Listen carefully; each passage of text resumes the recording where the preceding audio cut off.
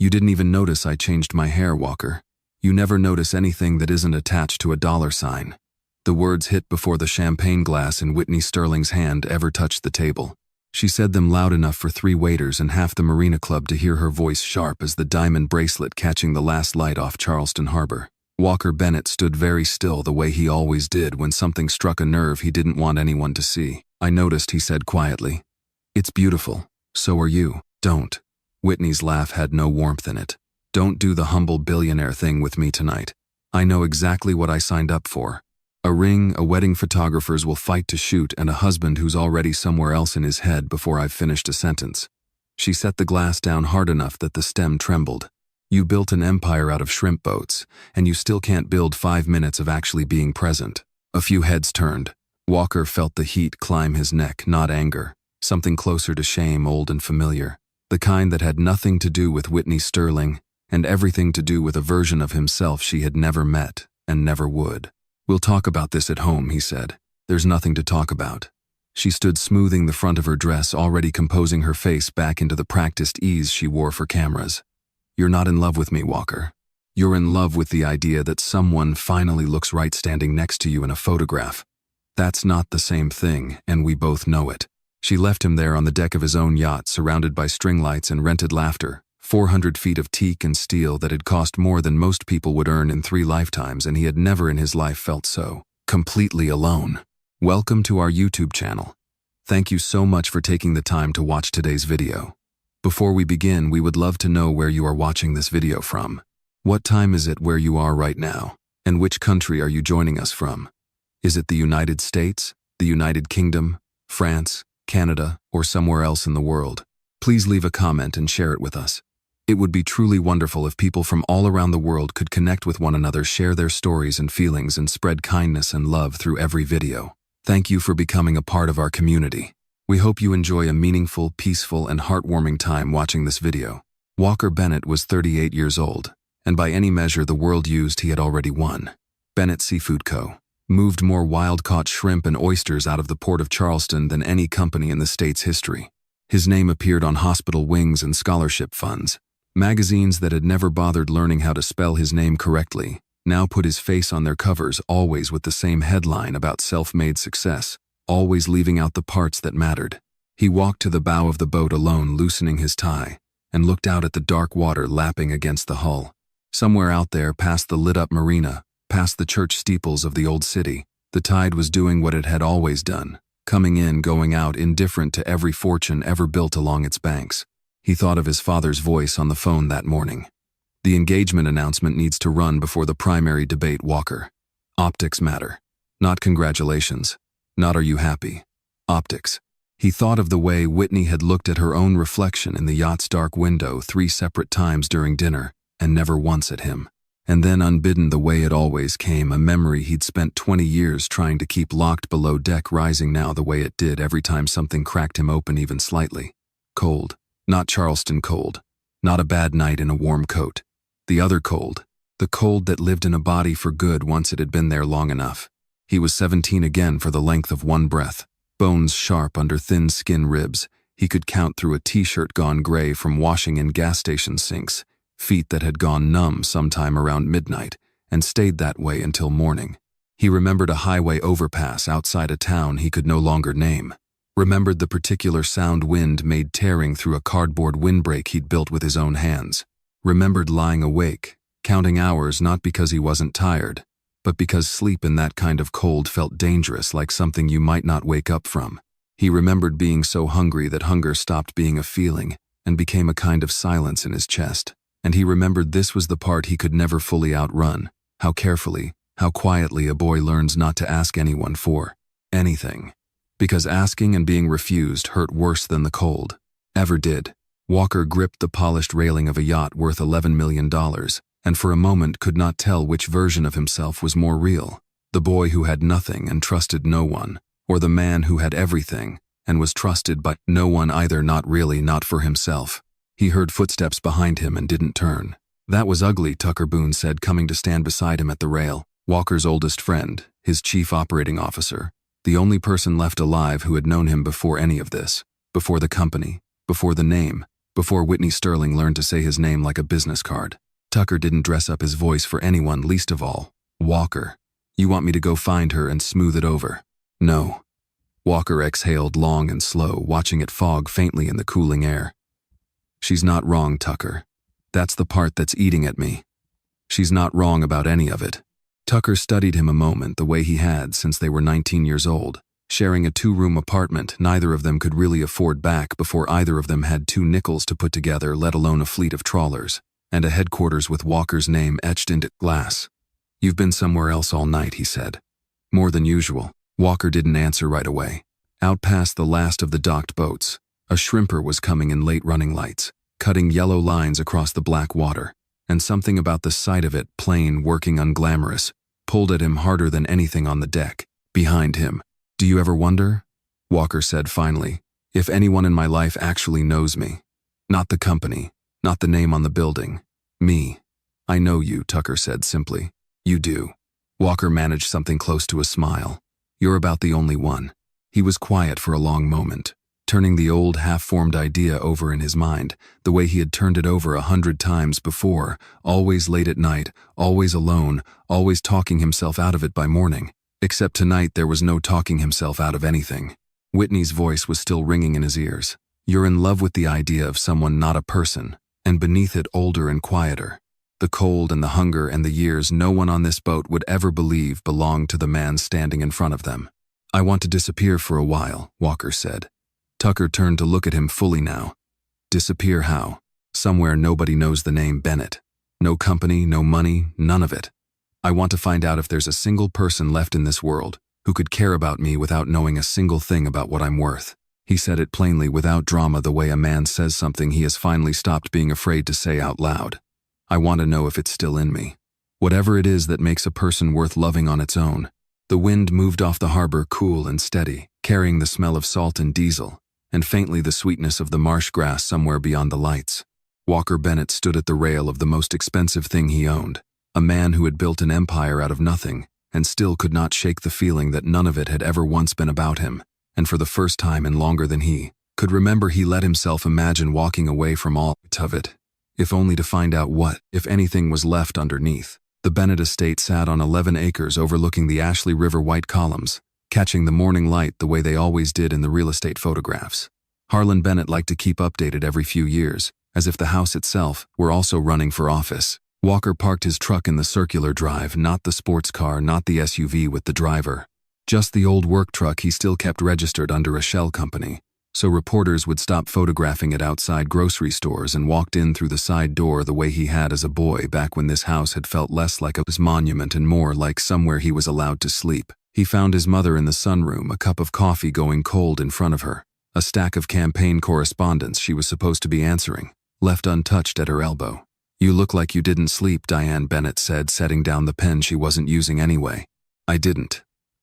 Walker sat across from her, elbows on his knees, and for a moment neither of them said anything at all.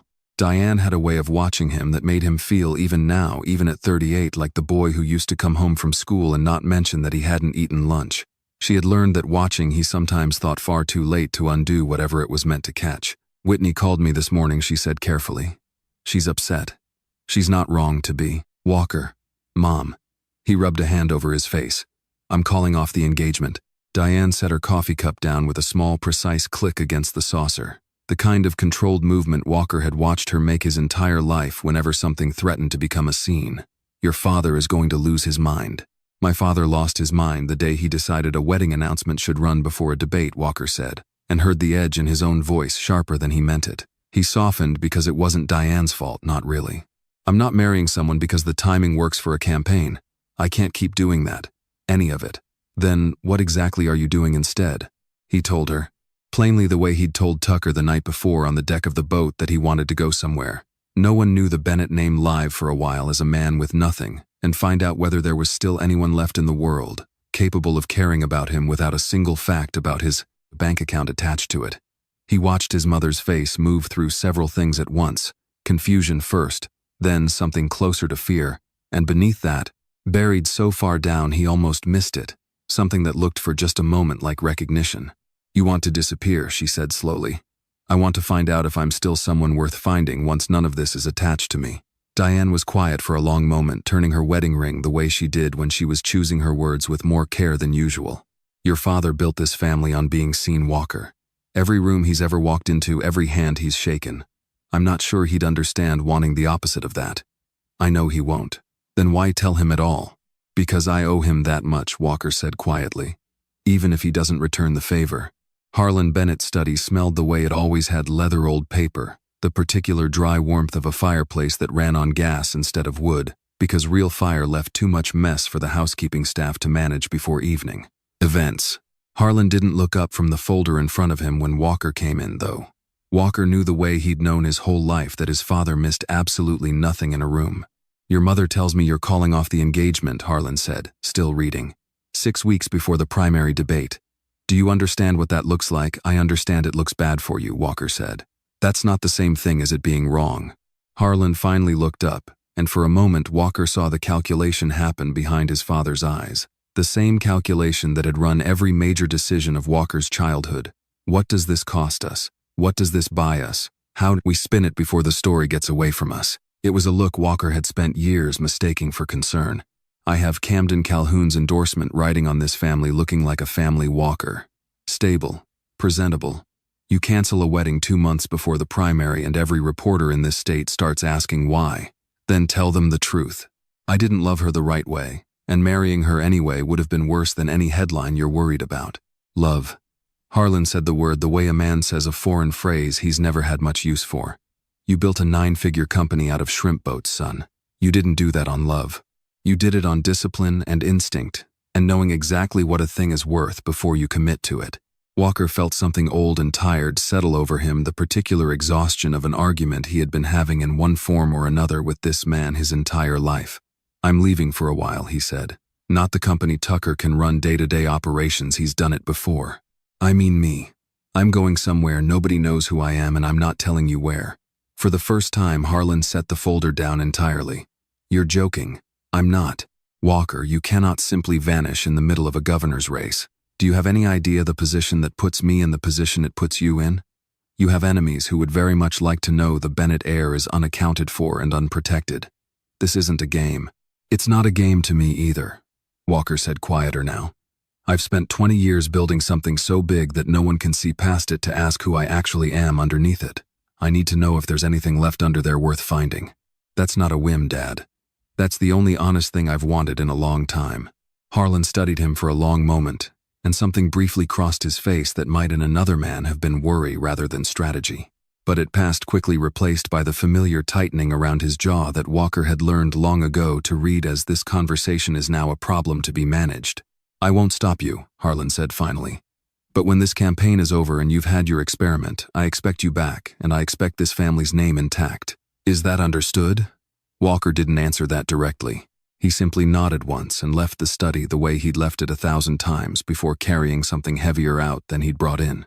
Tucker Boone was waiting for him in the driveway, leaning against the tailgate of Walker's truck, with his arms crossed, looking like a man already rehearsing an argument he knew he would. "You're actually doing this," Tucker said. It wasn't a question. "I am. Walker, I've known you since we were splitting a bag of rice between 2 people because neither of us could afford groceries that week. I know exactly how far you've come, and I know exactly what it cost you to get here." Tucker's voice was low, urgent, the voice of a man who had earned the right to say hard things and knew it. "You want to go pretend to have nothing, fine. But people aren't kind to men with nothing, Walker. You of all people should remember that better than anybody. You're about to hand your safety, maybe your life, to a bunch of total strangers, banking everything on the hope that one of them turns out to be decent. That's not a plan. That's a wish." "Maybe it is," Walker said. "But I've spent my whole adult life protected from ever finding out the answer. I want to find out." Tucker held his gaze a long moment, then exhaled hard through his nose, the sound of a man surrendering an argument he'd already known somewhere, underneath that he wasn't going to win. "Then at least tell me where." "No," Walker said gently. "Not this time. If anyone can find me, it isn't really a test of anything." Tucker shook his head slowly, but there was no anger left in it now, only worry, plain and unguarded. "Be careful," he said. "Whoever you find out there, good or bad, you come back to us. You hear me, I hear you." Walker reached out and gripped his oldest friend's shoulder, the closest thing to family he had ever fully trusted. "Take care of the company. Take care of my mother if it comes to that. He climbed into the truck before either of them could say anything that might undo his resolve, and as he pulled out of the long drive past the white columns and the manicured hedges and the life that had never once, not for a single day, felt entirely like his own Walker Bennett did not look back. Somewhere south of the city, a rusted wheelchair sat folded in the truck bed under a tarp, waiting, and beyond it, unknown to him still, an island called Edisto was about to change the rest of his life. The road onto Edisto Island ran narrow and low through a tunnel of live oaks, their branches heavy with gray moss that swayed the way old curtains do in a house nobody bothering to close up anymore. Walker Bennett had left the truck 2 counties back, sold for cash to a man at a gas station who hadn't asked a single question, and walked the last stretch on legs that had not carried this kind of weariness in nearly 20 years. He'd folded the wheelchair out on a dirt shoulder a mile from the first cluster of houses, and sat down in it the way a man lowers himself into cold water, slowly bracing for the shock of it, even though he had chosen this, even though nothing about it was being done to him. He had not planned for how heavy the chair would feel to push with his own arms after the first hour. He had not planned for the sun either, a low-country sun that did not care how many boardrooms a man had once dominated, that simply beat down flat and relentless on the back of his neck until his shirt clung to him, and his mouth went dry as chalk. By the time he reached the first crossroads, his hands were raw at the palms, and something in his chest had begun to ache in a way that had nothing to do with the heat. This is nothing, he told himself, gritting his teeth against the burn in his shoulders. You've felt worse than this. And he knew he had. But knowing a thing and feeling it again in his body were not the same. And some old buried part of him recognized this road, this heat, this particular flavor of being unseen and unwanted, the way a man recognizes a scar under his own clothes. It was nearly 4 in the afternoon when he came around a bend and saw the produce stand.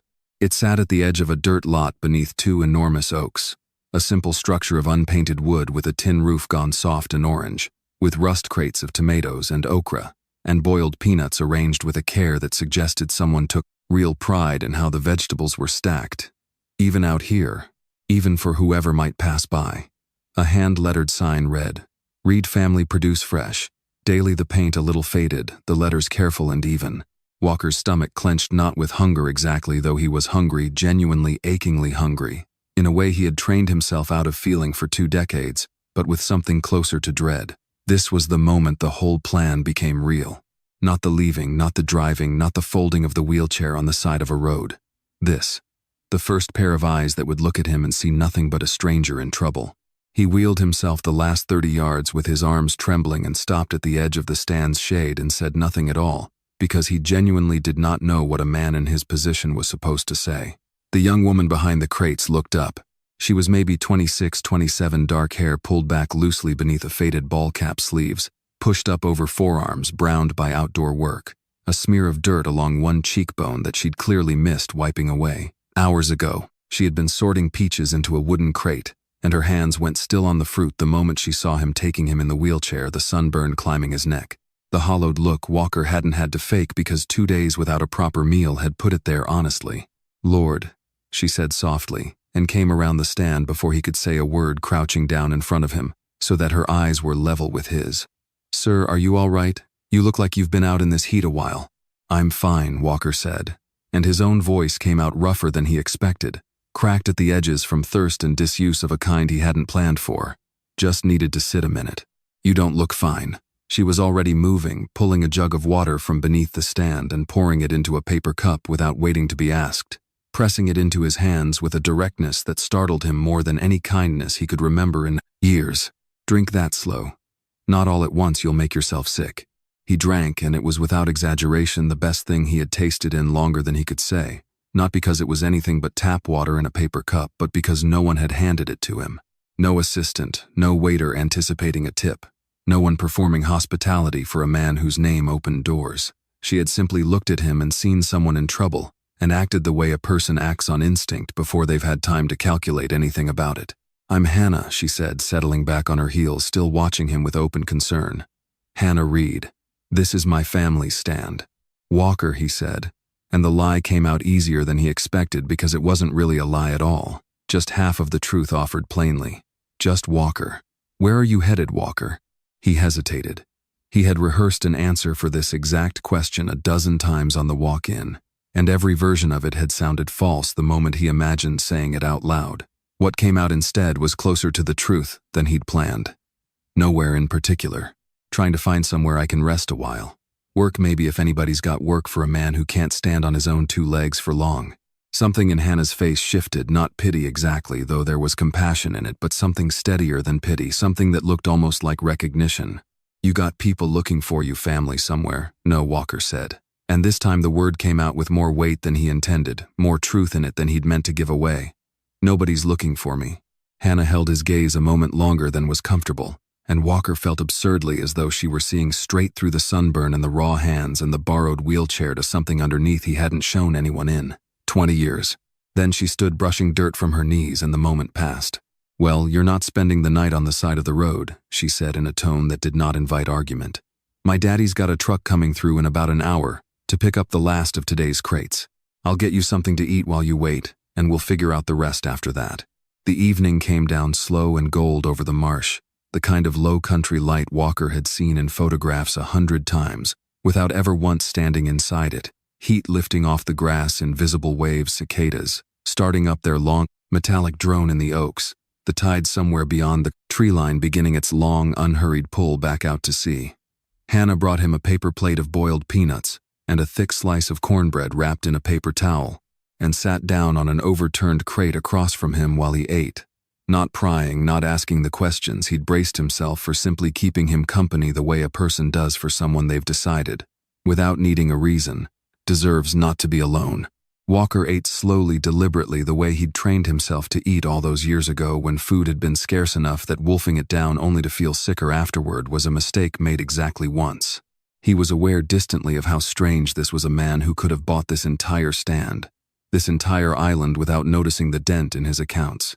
Sitting in the dirt, grateful down to his bones for a piece of cornbread handed to him by a stranger who had nothing to gain from the kindness. You're not from around here, Hannah said, eventually, not as an accusation, just an observation. No, he admitted. Not whatever you're running from, she said, watching the light fade gold to amber over the marsh grass. You don't have to tell me tonight. Maybe not ever if you don't want to. But you look like a man who's been carrying something a long while by himself. She glanced at him then, steady and unafraid. You don't have to carry it alone tonight, at least. That much I can promise you. Walker looked at her, really looked past the dirt on her cheek and the tired set of her shoulders from a long day's work, and felt something crack open in his chest that he had kept sealed shut for so long. He'd nearly convinced himself it wasn't there anymore. He had come here to test whether anyone could see past the Bennett name to something worth loving underneath. He had not expected on the very first evening to feel so completely and terrifyingly seen. A truck's headlights swung into the lot, then tires crunching over oyster shell gravel, and Hannah rose to meet it, waving toward the driver with the easy familiarity of someone greeting her own father. That's my daddy, she said, glancing back at Walker with something like reassurance in her face. Come on, let's get you somewhere warm for the night. Walker gripped the wheels of the chair and followed her toward the headlights, toward a stranger's truck and a stranger's home, and a kindness he had no earthly way yet of knowing would cost this family more than either of them could imagine. And for the first time since he'd left the marina 2 nights before, the ache in his chest did not feel entirely like loneliness anymore. Samuel Reed was a broad, weathered man in his early 60s with hands so calloused from decades on the water that they looked more like tool than flesh, and eyes that studied Walker for a long moment before he said a single word. He climbed down from the truck slowly, the particular stiffness of a body that had spent a lifetime hauling crab pots and oyster cages settling into his joints, and looked first at his daughter, then at the man in the wheelchair beside her, then back at Hannah again, as if the whole conversation could be had in that one exchanged glance. This is Walker, Hannah said. Found him out by the stand, worn clean through. I told him he could stay the night. Samuel didn't ask the questions Walker had braced for. No. What happened to you? No. Where's your family? None of the polite interrogation he'd expected from a stranger, sizing up an unknown man his daughter had brought home. He simply nodded once, slow and unhurried, the way a man nods at weather he can't change and has decided not to argue with. Well, come on then, Samuel said. Not much of a house, but it's dry and there's supper on. The Reed house sat back off the main road behind a stand of pines, a single-story clapboard structure with a tin roof, gone the same soft rust as the produce stands, a porch that sagged gently at one corner, and a yard scattered with crab traps stacked in neat practice towers. It was by any measure Walker had spent the last 20 years learning to apply to real estate a small and unremarkable house. And yet as Samuel wheeled him up, a plank ramp clearly built by hand, clearly built recently, clearly built for no other purpose than making sure whoever needed it could get inside without struggle. Walker felt something in his chest tighten in a way that had nothing to do with pity, and everything to do with a feeling he did not yet have a name for. Supper was shrimp and grits cooked, simply served in mismatched bowls at a table that wobbled slightly under one leg. Walker ate slowly again, aware of Samuel watching him without seeming to watch him the way a careful man takes the measure of someone under his roof without making a show of it. "You said you can't stand long," Samuel said, eventually nodding toward Walker's legs. Since when? Walker had rehearsed this lie on the long walk in, had built it carefully enough that it should have come easily. Instead, it stuck for a moment in his throat. "Accident," he said finally. "A while back now. Doctors say there's a surgery that could help. I never had the money for it." Samuel absorbed this with a slow nod and nothing more. No pity offered up front, no performance of sympathy, just a quiet, steady acceptance. The same way he seemed to accept everything, weather and hardship and strangers alike, as simply part of the world he had to work with. It struck Walker watching him that this was a man who had likely spent his whole life being handed difficult things and finding a way to carry them without complaint. It was a quality Walker recognized instantly, and it unsettled him more than he expected, because he recognized it in himself too, the old version of himself, the one he had spent 20 years trying to bury under boardrooms and headlines. After supper, Hannah cleared the table, while Samuel showed him to a small back room plain, clean, a narrow bed with a quilt worn soft from years of washing, a single window looking out over the dark tree line.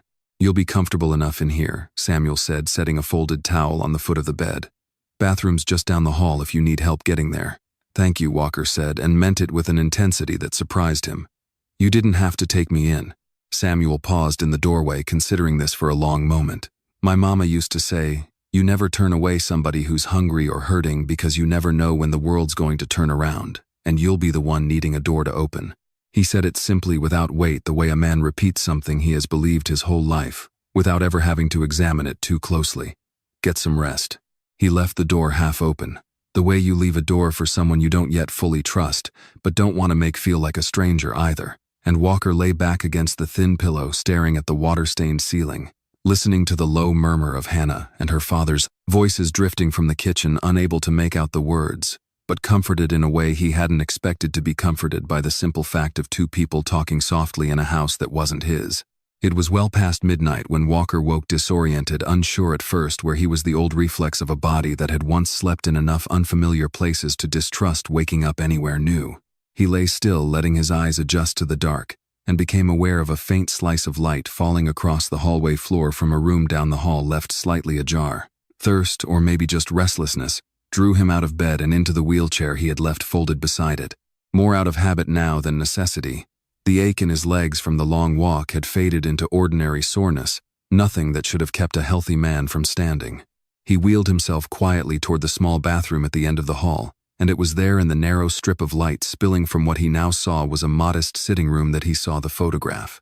It sat in a simple wooden frame on a low bookshelf crowded with paperbacks and a chipped ceramic dish full of seashells.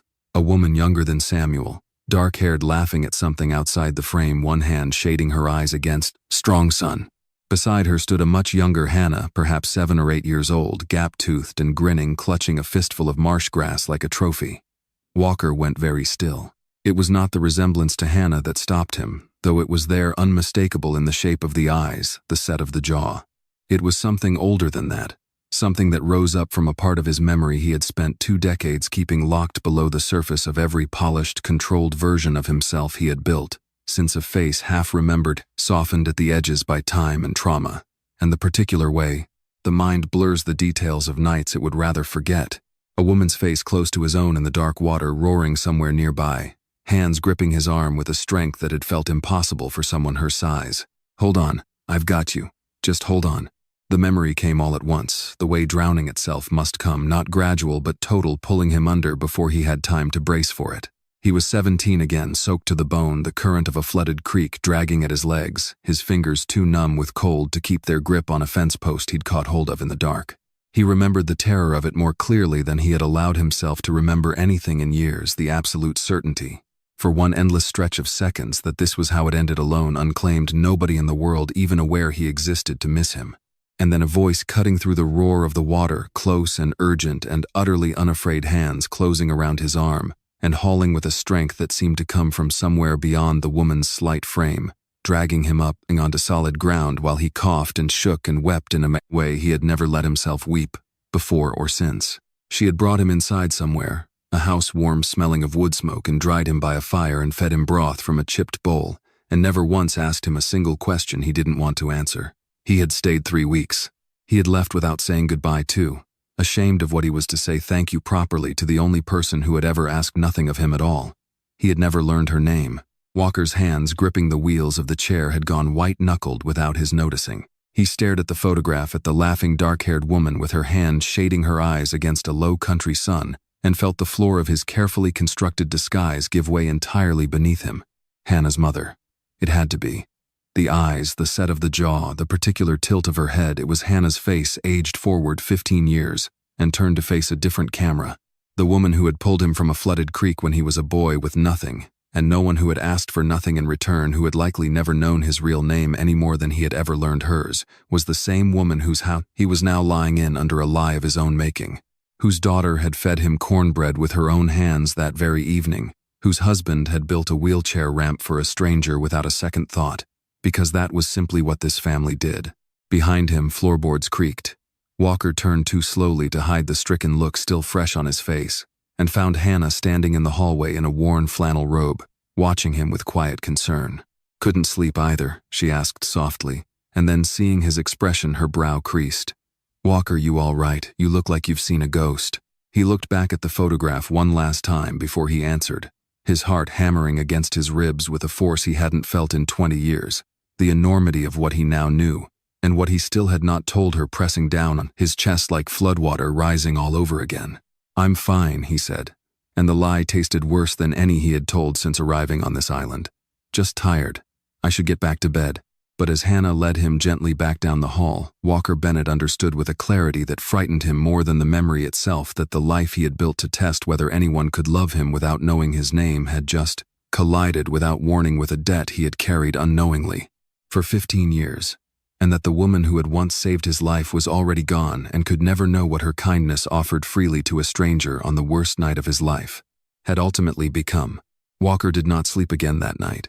He lay in the narrow bed with the quilt pulled up to his chest, staring at the same water-stained ceiling, and let himself do something he had spent 20 years refusing to do in any room at any hour, no matter how quiet or how dark. Let himself go all the way back. He had built a whole life brick by careful brick on top of the years he was about to remember. A company. A name, people said, with respect in rooms where respect had to be earned. A version of himself so complete and so convincing that most days even he forgot there had ever been another one underneath it.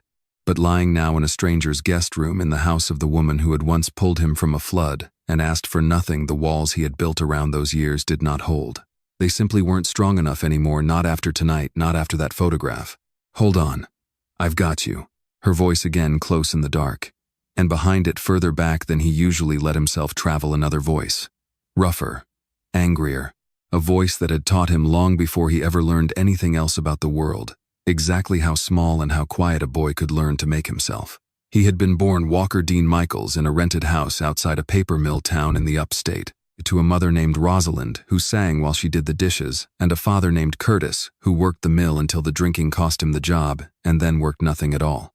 Walker did not remember much of the good years. If there had truly been any, only fragments, the smell of his mother's hair, when she held him, a yellow kitchen with a crack running down one wall, the particular hush that fell over a house the moment his father's truck pulled into the driveway too fast and too late in the evening. By the time Walker was old enough to understand what fear tasted like, metallic at the back of the throat, familiar as breathing his father's temper, had become the weather the whole house learned to read before anything else. Rosalind absorbed most of it for years, standing between her son and whatever storm had come rolling through the door that night, and Walker grew up understanding in the wordless way children understand the shape of their own lives, that his mother's body was a kind of shelter he had done nothing to earn and could not have survived without. He remembered being 12 years old on the night everything finally broke. He remembered his mother's hand gripping his wrist so hard it left marks, pulling him out through the kitchen door, and into a truck that wouldn't start on the first 3 tries while his father shouted from the porch behind them, remembered the particular terror of an engine turning over and dying, turning over and dying. His mother's face lit gray and desperate in the dashboard light.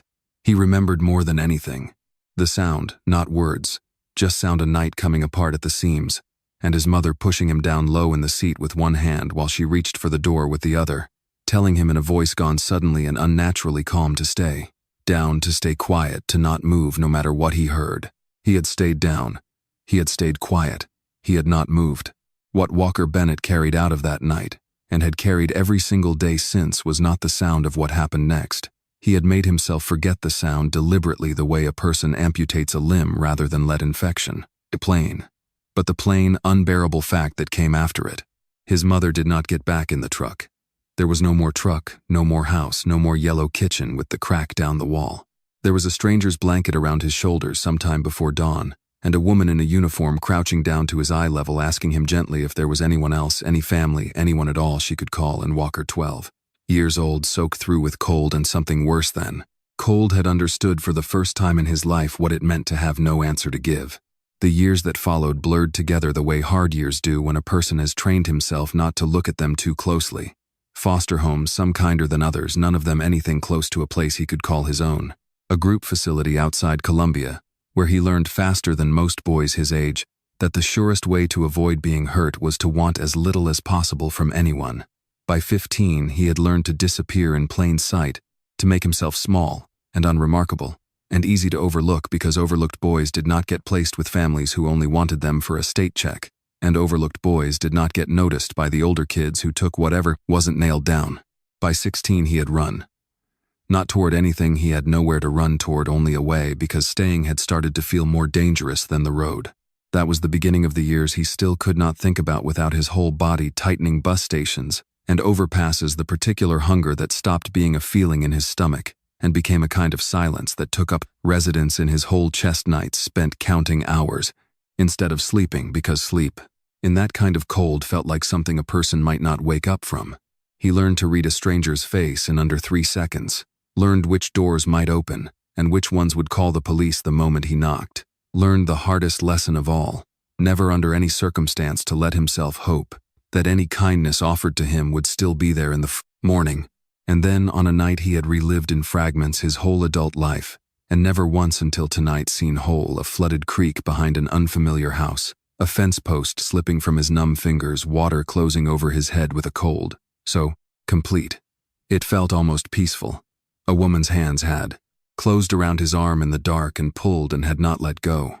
She never asked his name that first night, not really, and by the time she did, he'd already given her a false one out of old habit too, ashamed of the truth to hand it over even to the one person who had asked for nothing else. 3 weeks in a warm house that smelled of wood smoke, broth from a chipped bowl, a quilt worn soft from years of washing. He had left before dawn on the 22nd morning, terrified that staying any longer would mean losing something he could not yet bear to lose, not understanding then that leaving was its own kind of loss, one he would spend the rest of his life failing to name. Harlan Bennett found him 11 months later, 17 years old, and sleeping behind a Charleston diner in the particular way Harlan found most things useful to him, through a contact who mentioned almost in passing an unusually well-spoken homeless teenager who'd talked a diner owner into a week of dishwashing instead of calling the police.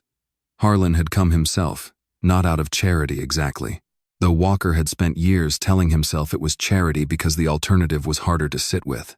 Harlan had looked at him the way a man looks at raw material, a orphaned boy, articulate despite everything, with a story sympathetic enough to run in a newspaper, and a face that photographed well in soft light, and had seen with the same instinct that built shipping terminals and won elections and Enneagle. Opportunity. He had given Walker a home, clean sheets, tutors to close the gaps 4 years on the street had left in his education, a name, Bennett, that opened every door Michaels never could have. And Walker, 17 and starved for so much longer than food alone, had mistaken all of it for love because it looked enough like love from a distance, and because a boy who has learned not to hope for kindness will take whatever shape it is offered rather than go without. It took him the better part of 20 years to understand the difference, that Diane's careful watching was not warmth, but management, that Harlan's pride in his success was pride in an investment, paying out, that the family who had pulled him off the street had never once in all that time asked him a single question about who he had been before they found him useful. Lying now in the Reed's narrow guest bed in a house that had asked him nothing and offered everything, Walker understood at last what had cracked open in him at the sight of that photograph. It was not only grief for a woman he had never properly thanked. It was recognition, el juero, unbearable of the one plain fact his entire adult life had been built to avoid. This small, unremarkable house, with its sagging porch and its hand-built ramp and its shrimp and grits served in mismatched bowls, was the first place he had slept in 20 years that had asked absolutely nothing of him in return. He lay very still in the dark, listening to the house settle around him, and for the first time since he was 12 years old, crouched low in a truck that wouldn't start, Walker Bennett let himself cry quietly, carefully, the way a person cries when they have not given themselves permission to do. It in a very long time, not for the boy he had been, not entirely, but for every year since that he had spent mistaking being useful for being loved. Morning on Edisto Island arrived without ceremony, a gray gold light easing up over the marsh mist, lifting slow off the tidal creek behind the Reed property, the sound of Samuel's boots on the porch steps before the sun had cleared the tree line. Walker woke to the smell of coffee and the low murmur of a radio somewhere in the kitchen tuned to a farm report, and lay for a moment in the unfamiliar stillness of it, aware of how different this waking felt from every other morning of his adult life. No assistant's knock, no stacked messages waiting on a phone he had left deliberately locked in a drawer at the Marina Club 2 nights ago. Just the ordinary sounds of a house getting on with its day. He found Hannah in the kitchen, sleeves already pushed up, cutting biscuits from a rolled sheet of dough with the practiced economy of someone who had done it every morning of her life. She glanced up when he wheeled himself in and offered a small, unguarded smile that did something to his chest he wasn't prepared for. "Sleep all right?" she asked. "Well enough," he lied, and reached for the coffee she'd already poured for him without being asked. "Daddy's out checking the crab pots. Said if you're feeling up to it, there's things around here a man can do sitting down. Shelling mostly.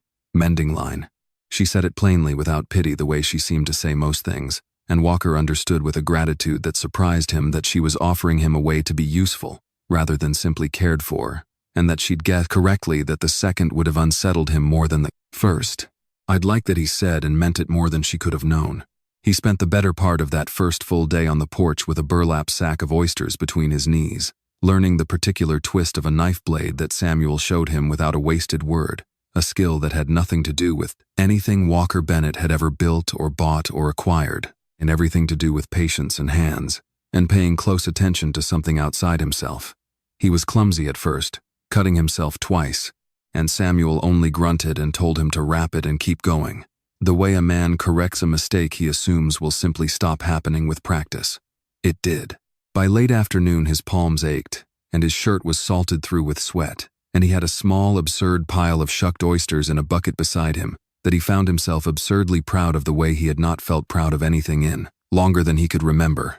He thought working the knife under another shell of the last time he had felt his hands do something with his whole attention instead of half of it some early morning years ago, before the company had grown too large to hold in his own 2 hands, when he had still packed shrimp on ice himself at 4 in the morning because there was no one else to do it, and the work itself had felt then like something worth doing. "You're better at that than you let on," Hannah said, coming to sit beside him on the porch steps with a glass of sweet tea in each hand, passing one to him. "Good teacher," Walker said. "He doesn't say much, my daddy. Never has. But he notices everything." She looked out over the yard where Samuel was coiling a length of rope near the crab pots, unhurried, methodical. "He noticed the way you eat first night. Slow, careful. Like you're rationing it even when there's plenty." She said it gently, not as an accusation, and Walker felt something in his chest go very still. "You don't have to tell me anything you don't want to, but I've seen hunger before, Walker. The real kind. It leaves a mark on a person that doesn't wash off just because the food starts coming regular again."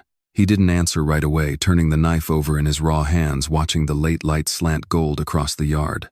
"It doesn't," he said finally. "Wash off, I mean." Hannah didn't press further.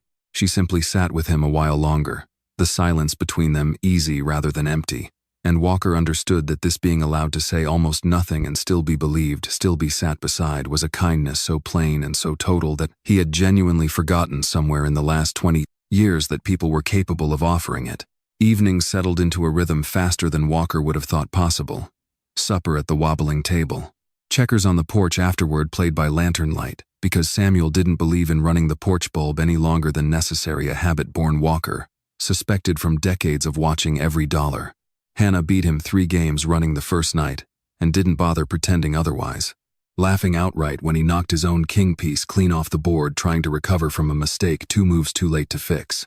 "You're thinking too far ahead," she told him, resetting the board. "Checkers isn't chess, Walker.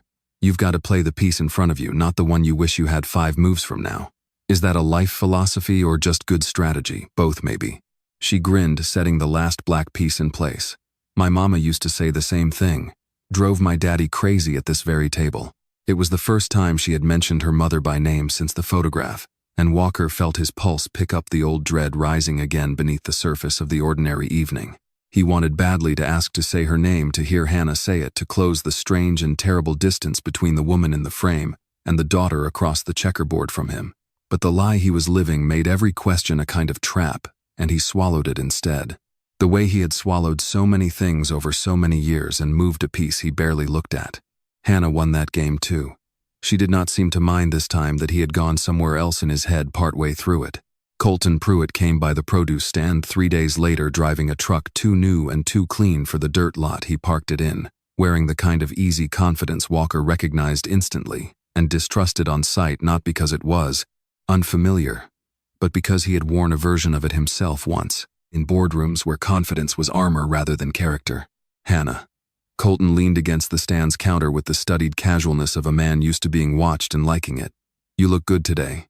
You always do." "Colton." Hannah didn't look up from the crate she was restocking. "What do you need? Can't a man stop by just to see a pretty face?" His eyes drifted briefly dismissively over Walker in the wheelchair at the edge of the stand's shade, and something in his expression flattened. Not hostility exactly, but a kind of easy, careless contempt that told Walker without a single word, spoken between them, exactly how Colton Pruitt regarded men in his position. "New help." "A guest," Hannah said evenly. "Right." Colton's smile didn't waver, but something colder moved beneath it. He turned back to Hannah, lowering his voice as though Walker weren't there to hear it, though he plainly meant for him to. "I heard you turned down dinner again last week." "I did." "Hannah, I'm not asking you to marry me tomorrow. I'm asking you to let me show you a life that doesn't mean breaking your back at a vegetable stand every single day of the year. New truck for your daddy. Real doctors if his knees ever give out the way mine did watching him haul those crab pots. You know I can give you that." "I know you keep offering," Hannah said, closing the crate lid with more force than strictly necessary. "And I keep telling you the answer's the same. This isn't about money, Colton. It never was." Colton's jaw tightened just slightly, the mask of easy charm slipping for half a second before he caught it and smoothed it back into place. His gaze slid once more to Walker, lingering this time with something sharper in it. "Careful who you let sit that close to your family, Hannah. Charity's a fine thing. Doesn't mean every stray that wanders up your road deserves a seat at the table." He left without waiting for a response, tires kicking up dust as the truck pulled back onto the main road, and Hannah exhaled hard through her nose, shaking her head. "Don't mind him," she said, coming to sit beside Walker again once the truck's engine had faded. "He's used to getting what he wants. Doesn't know what to do with a no." Walker said nothing for a long moment, watching the dust settle back down over the empty lot, turning Colton's parting words over in his mind with more unease than he let show on his face. "Every stray that wanders up your road." He thought of Diane's careful watching, of Harlan's calculated warmth of an entire life, built on people who valued him for what he could be made useful for, and felt with a clarity that startled him how strange it was to sit here now, unwanted and unimpressive by every measure. Colton Pruitt understood and feel for the first time in longer than he could remember that he was exactly where he was supposed to be. "He's not wrong to be cautious," Walker said quietly. "You don't know a thing about me, Hannah. Not really." Hannah studied him a moment, the late sun catching gold in her dark hair, and something steady and unhurried settled over her expression, the same quality he'd recognized in her father that first night, the quiet certainty of a person who had learned to trust her own judgment over anyone else's warnings. "Maybe not," she said, "but I know how a man treats an old dog that wanders up hungry, and I know how he eats when he thinks nobody's watching, how careful he is with it, and I know the sound of somebody who spent a long time being afraid to want anything."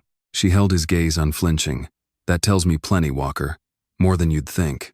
She rose then to help her father with the last of the evening's crates, leaving Walker alone in the fading light, with his pulse still unsteady and a truth pressing harder against his chest with every day that passed, that the longer he ended. "I stayed in this house playing at a stranger's poverty, while sitting on a fortune large enough to fix every hardship this family had ever known.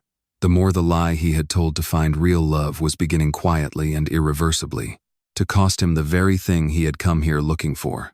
Brooke Sinclair arrived at the Reed house on a Sunday afternoon carrying a pound cake she had clearly bought rather than baked the plastic wrap still bearing a grocery store price sticker she hadn't bothered to peel off. She hugged Hannah on the porch with the particular overwarmth of a woman working up to something, and Walker, sitting off to one side mending a length of crab line the way Samuel had shown him, watched the whole performance with the quiet, practiced attention of a man who had spent 20 years in rooms full of people angling towards something they hadn't said yet. "I brought you something sweet," Brooke said, setting the cake down on the porch rail. "Been too long since we sat and talked, Hannah. Just the two of us." Hannah, wiping her hands on her apron, glanced toward Walker with the faintest apologetic smile before following Brooke down toward the yard out of easy earshot, but not quite out of sight. Walker kept his eyes on the line in his lap, but he did not need to hear every word to understand the shape of the conversation. Brooke's hands moving in small, insistent gestures, Hannah's arms folding slowly across her chest the way a person folds when they've already decided the answer and are only waiting for the question to finish. "Colton's a good man." Hannah Brooke's voice carried further than she probably intended, thin and urgent on the afternoon air. "He's patient. Lord knows how patient with you turning him down again and again. You could have a real life Hannah. A house that doesn't leak in the roof every spring. You could stop working yourself to the bone at that stand." "I don't mind the work," Hannah said quieter, but Walker caught it anyway. "You say that now. Wait till you're 40 and your knees give out the way your daddies are starting to." A pause, and then lower, sharper. "You're not seriously going to throw all that away for some stranger in a wheelchair you found on the side of the road, are you?" Walker's hands went still on the line. "He's not throwing anything away," Brooke, Hannah said, and there was an edge in her voice now that hadn't been there a moment before. "There's nothing to throw away. Colton's offered me a life I never asked for, and I've told him no more times than I can count. That's not me giving something up. That's me knowing what I actually want." "And what is it you actually want exactly?" "A man who can't even tell you where he's really from." The silence that followed stretched long enough that Walker's chest tightened with something close to shame. When Hannah spoke again, her voice had gone quiet and certain, in a way that settled into him deeper than any argument could have. "I want somebody who looks at me like I'm worth something even when I've got dirt under my nails and nothing to offer him but supper and a spare room. That's what I want, Brooke. If that makes me foolish, I'll be foolish." Brooke left not long after the pound cake forgotten on the porch rail, her expression tight and unreadable as she climbed back into her car. Hannah didn't come back to the porch right away.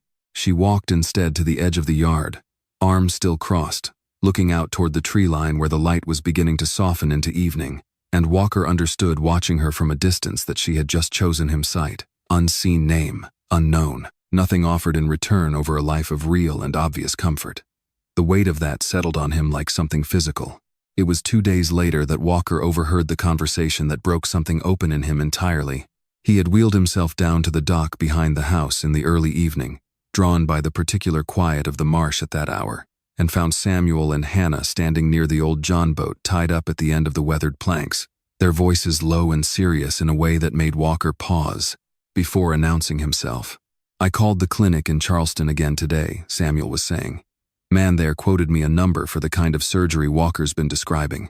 Spinal work like that." He shook his head slowly. "It's not small, Hannah. Nowhere close. We don't have it, Daddy. No, we don't." Samuel's voice was steady, but there was something in it. A decision already made quietly, the way Samuel seemed to make all his decisions, without fanfare, without asking permission. "But I've been thinking on it. The boat's paid off free and clear. Been in this family 3 generations. It's worth something even old as she is." "Daddy, no." Hannah's voice cracked with an urgency that cut straight through Walker, where he sat frozen at the edge of the dock, unseen in the deepening shadow. "That boat's everything. It's how we eat. It's how we've always eaten since Granddad's time. I know what it is." Samuel's voice didn't waver. "I also know what it is to watch a man sit in a chair his whole life when there might be a way out of it, and do nothing because I was too attached to a piece of wood and fiberglass to help him. That's not the kind of man I want to be, Hannah. Not the kind your mother raised me to be either." The mention of her mother seemed to still something in Hannah, and she was quiet a long moment before she spoke again, her voice smaller now. "Mama would have sold the boat in a heartbeat. You know she would have." "She would have," Samuel agreed softly. "In about half the time it's taken me to get around to it." Walker sat unmoving in the dark at the edge of the dock, his heart hammering against his ribs, every instinct in him screaming to wheel himself forward to stop this before it went any further, to tell them the truth right then and end the lie. before it cost this family anything more. But some old, cowardly part of him, the same part that had left a warm house at dawn, on the 22nd morning 15 years ago rather than face the shame of being seen too clearly, kept him rooted in the shadows silent, watching a man he had come to respect more than he had ever respected his own father, prepare to give away his family's entire future for a lie. He did not sleep that night either. He lay in the narrow bed turning the day over and over the number Samuel had quoted, echoing in his head absurd and obscene against the reality of a man who had at that very moment more money sitting untouched in a single investment account than this entire island's economy likely generated in a year. He thought of Whitney Sterling's voice on the yacht. You're not in love with the idea of someone, you're in love with a photograph, and understood now, with a clarity that made him sick, that he had come here chasing something real and had ended up through his own cowardice doing something crueler than anything he'd ever accused another person of doing to him. By morning he had made a decision, though it took him the better part of the day to find the nerve to act on it. He found Samuel alone near the dock in the late afternoon, coiling rope with the same unhurried patience he brought to everything, and Walker wheeled himself close enough to speak without being overheard from the house. "I heard you and Hannah at the dock 2 nights back," Walker said, and watched Samuel's hands go still on the rope. "About the boat." Samuel's expression didn't change much, but something in his eyes sharpened, wary now in a way Walker hadn't seen from him before. "That wasn't meant for your ears." "I know. I'm sorry." Walker's hands gripped the wheels of the chair, white-knuckled the words he had rehearsed all day, suddenly harder to say than he had expected. "Samuel, I need you to hear me clearly. Don't sell the boat. Please. Whatever you've been told about what I need, don't do that. Not for me." "Why not?" Samuel's voice had gone low and careful, the tone of a man who had just felt the ground shift slightly under his feet without yet understanding why. "You need the surgery. I've made my peace with it." Walker looked at him for a long moment. This quiet, decent man who had taken a stranger into his home and built him a ramp with his own 2 hands, and was now prepared to sell 3 generations of livelihood on nothing but faith and kindness, and felt the full, unbearable weight of what he was about to do. "Because there's something I need to tell you," Walker said. "Something I should have told you the first night and every night since, and didn't have the courage to say. I'm not who you think I am, Samuel. Not even close." Samuel set the coiled rope down slowly on the dock boards and said nothing at all, waiting the way he had waited for everything else in his life. Steady, unhurried, and entirely unprepared for what was coming. The marsh had gone still around them the way it does in the last hour before dark, the cicadas quieting the water lying flat and silver under a sky bruising slowly toward violet. Walker sat in the wheelchair at the edge of the dock, his hands gripping the wheels so hard, his knuckles had gone white, and for a long moment, he could not make himself say the words he had come down here to say. "Whatever it is," Samuel said finally, watching him with the same steady patience he brought to a bad storm or a broken engine, "you'd best just say it plain. I've never known dressing a hard thing up in pretty words to make it any easier to hear." Walker nodded once and let it come. "My name isn't just Walker. It's Walker Bennett." He watched the name land, watched Samuel's face shift almost imperceptibly, some distant recognition stirring behind his eyes before Walker pushed on, needing to get the whole of it out before he lost the nerve. "I own Bennett Seafood Co., out of Charleston. I'm not injured, Samuel. I've never needed surgery a day in my life. I can stand up out of this chair right now if I wanted to." To prove it, and because some part of him needed Samuel to see it rather than simply hear it, Walker gripped the arms of the wheelchair and rose slow and unsteady after so many days of playing a part, but standing all the same, his legs bearing his full weight beneath him on the weathered dock boards. Samuel did not move. He stood very still, staring at Walker, standing there in the fading light, and something in his weathered face closed over slow and total, like a door swinging shut on a room he had trusted was safe. "You lied to us," Samuel said. Not a question. His voice had gone flat, stripped of the warmth Walker had come to rely on without ever quite realizing how much he'd needed it. "Every day. At my table. Under my roof." "Yes." Walker's voice cracked on the single word. "I came here because I wanted to know if anyone could care about me without knowing what I was worth. I didn't think I didn't understand what it would cost you to find out. You didn't understand." Samuel's hands, still holding the coiled rope, tightened around it until his knuckles paled. "I sat at that clinic on the phone 2 days ago listening to a number I knew I couldn't afford, and I decided anyway that I'd sell the only thing my daddy and his daddy ever left me, because I believed you needed it more than I needed to keep it. I told myself that's what decent people do. I told Hannah that's what her mother would have wanted." His voice, for the first time since Walker had known him, shook. And the whole time you had more money than this whole island's ever seen, sitting there watching me decide to give away everything I had, and you said nothing. I know. Walker's legs, unused to standing this long, had begun to tremble, though he wasn't sure anymore whether it was exhaustion or shame driving the shaking. I know how it looks, Samuel. I know there's no way to explain it that makes it right. I was a coward. I've been a coward about a lot of things a lot longer than these last 2 weeks. The screen door creaked behind them, and Walker turned to see Hannah standing on the porch steps, having heard enough of the exchange carried on the still evening air to understand the shape of it, if not every word.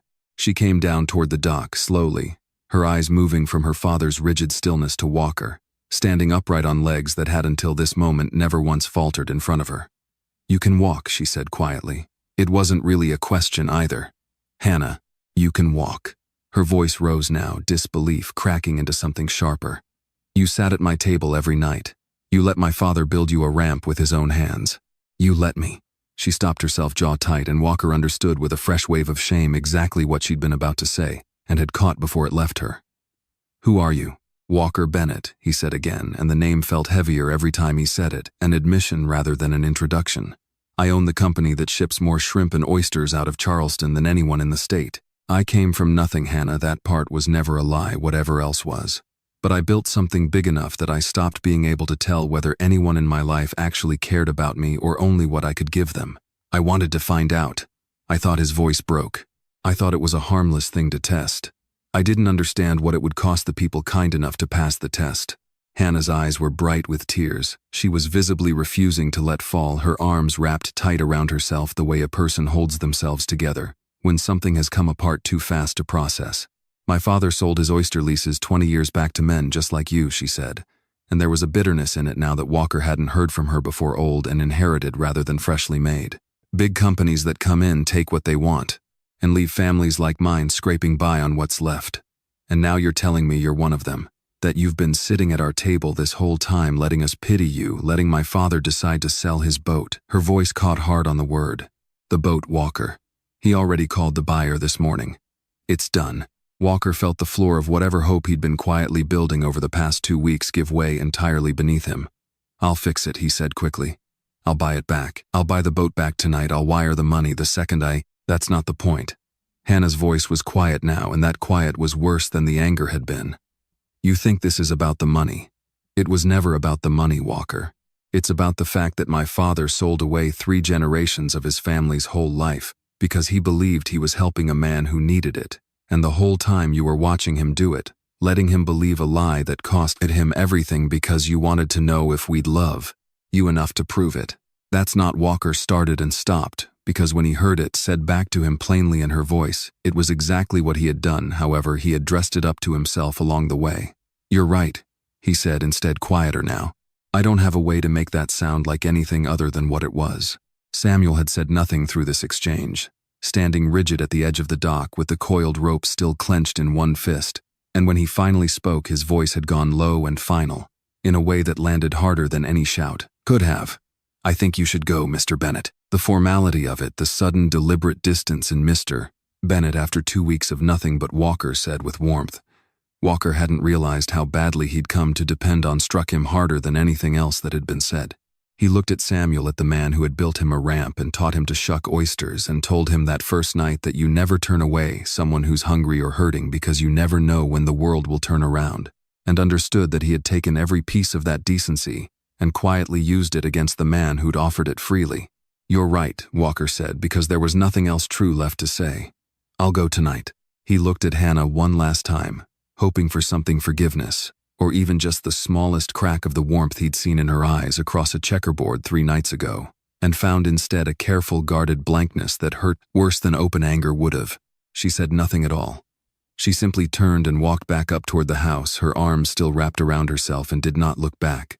Walker stood alone on the dock as the last light drained out of the sky over the marsh, the wheelchair sitting empty and useless beside him.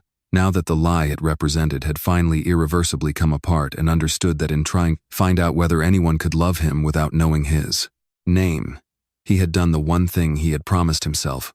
Walking away from that marina 2 weeks ago, he would never do to another person. He had taken something real, offered freely, and without condition, and broken it without ever meaning to the same way. he thought bitterly, gathering the folded chair to carry, rather than sit in that every single person who had ever claimed to want something real from him had eventually done to him. 2. Walker did not go home. Not at first. He spent 3 days in a motel off Highway 174, the kind of place with a flickering vacancy sign and a lock that stuck paying cash, because some old instinct in him still flinched at the thought of a card with his name on it, leaving a trail anyone could follow. He did not shave. He did not sleep more than a few hours at a stretch. He lay on top of the bedspread, staring at a ceiling fan that wobbled slightly with every rotation and replayed over and over the particular way Hannah's face had gone from open to closed in the space of a single sentence, the particular way Samuel had said Mr. Bennett like a door being locked. It was Tucker who finally found him, not through any detective work, but because Walker, on the 4th night, too exhausted to keep pretending he didn't need to hear a familiar voice, had finally turned his phone back on and called him. "Where in God's name are you?" Tucker said, not a question, relief and anger fighting for control of his voice in equal measure. "I've had 2 people quietly looking for you for a week. Your father thinks you got yourself kidnapped by some rival firm." "I'm fine," Walker said, and even to his own ears it sounded hollow. "I'm coming back to Charleston tomorrow." "What happened out there?" Walker told him. All of it. The reeds, the wheelchair, the lie that had held for 2 weeks and then come apart on a dock at dusk, the boat Samuel had already sold before Walker ever found the nerve to confess. He heard Tucker go quiet on the other end of the line, the particular quiet of a man absorbing something larger than he'd braced for. "You let a man sell his family's boat," Tucker said finally, rather than tell him who you were. "I know how it sounds." "I'm not sure you do, Walker. I've known you 20 years. I've never once heard you do something that ugly to somebody who didn't deserve it." A pause heavier than the silence before it. "Come home. We'll figure out how to fix what can be fixed. Some of it anyway." He was back in his Charleston office 3 days later, freshly shaved, wearing a suit that felt after 2 weeks in borrowed clothes, and a stranger's kindness, like something belonging to a man he no longer entirely recognized. He had wired the money to buy the Reed boat back from whatever buyer Samuel had sold it to quietly, through a shell entity that would never carry his name, and told himself it was the least he could do, and knew, even as he told himself that it changed nothing about what Samuel had said on the dock. It was Tucker who came into his office on the second morning, back a folder under his arm and an expression Walker had learned to recognize over 2 decades of partnership, the look Tucker wore when he'd found something and had yet decided how to say it out loud. "I did some digging," Tucker said, closing the office door behind him. "After what you told me, I wanted to understand who these people were, the family that took you in. Make sure there wasn't more to the story than you were seeing clouded up the way you get when you're—" He stopped himself. "The way anybody gets caught up in something like that. And," Tucker set the folder down on the desk between them and didn't open it right away. "The Reed families held oyster leases on that stretch of creek, going back 3 generations. Prime beds, the kind that don't come around twice on a stretch of coastline like that. 20 years ago, near as I can tell, they lost most of it. Lost it how? Consolidation buyout. A holding company came through the Low Country in a run of about 18 months, buying up small leaseholders one at a time, offering just enough that refusing looked foolish, and staying independent got harder every year. The big processor squeezed smaller margins." Tucker finally opened the folder, sliding a page across the desk. "I pulled the filing records out of curiosity more than suspicion at first. Wanted to see who'd done it, so I could tell you honestly whether the Reeds had any reason to distrust a man showing up asking nothing but a place to sleep." Walker looked down at the page. A corporate filing from 2 decades earlier, dense with the kind of legal language that meant nothing to most people, and everything to men who'd spent their careers learning to read it. A holding company. Bayfront Consolidated Holdings, LLC. He scanned the ownership structure, the parent entity listed beneath it, and felt something go cold and still in his chest before his mind had even fully processed what his eyes were reading. "That's a Bennett seafood shell," Walker said quietly. It was Tucker said. "Dissolved about 12 years back, folded quietly into the main company, once the leases it acquired had already changed hands. Your father set it up. I found the original signatory." He didn't need to say the name. Walker already knew. The office went very quiet. Walker stared at the page in front of him, at the name of a company his father had built specifically, deliberately, to make sure the Bennett name never appeared anywhere near the paper trail of a consolidation campaign that had almost certainly cost families exactly like the Reeds their livelihood, one lease at a time, until refusing to sell simply stopped being possible. "There's more," Tucker said, and his voice had gone careful now, the tone of a man delivering something he genuinely did not want to be the one delivering. I cross-referenced the parcels against county tax records trying to be thorough. The Reed family's original holdings, the beds that had been in that family the longest, those were among the first ones acquired. 19 years ago, near as the paperwork shows it. Samuel Reed would have been a young man then. Recently married. If the timeline lines up.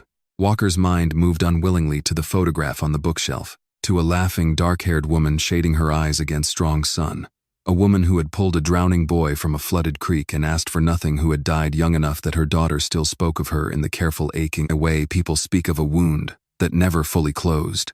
He thought of Samuel at the wobbling kitchen table, telling him quietly that the family had never had much, that the boat and the small stretch of leased water behind the house were what was left after harder years he hadn't elaborated on. "You're telling me," Walker said slowly, "that my father's company took this family's oyster grounds 20 years ago? The same family that pulled me out of a flooded creek 15 years ago and never asked for a thing in return." "I'm telling you what the filings show," Tucker said. "I didn't want it to be true either, Walker. I went looking to clear your name with them, not bury it deeper." Walker sat back slowly in his chair, the weight of it settling over him in a way that made the office around him, the glass walls, the view of the harbor, the framed magazine covers Diane had insisted on hanging years ago, feel suddenly, sickeningly hollow. He thought of every dollar the Bennett name had ever earned, every ribbon cutting, every scholarship fund with Harlan's name, attached in careful photogenic lettering, and understood with a clarity that turned his stomach that some portion of it he did not yet know how much had been built on the slow, deliberate ruin of the one family who had ever shown him kindness without calculation. "Does my father know?" Walker asked quietly, "what that shell company actually did to the people who lost their leases?" "I imagine he knows exactly what it did," Tucker said. "Men don't set up entities like that by accident, Walker.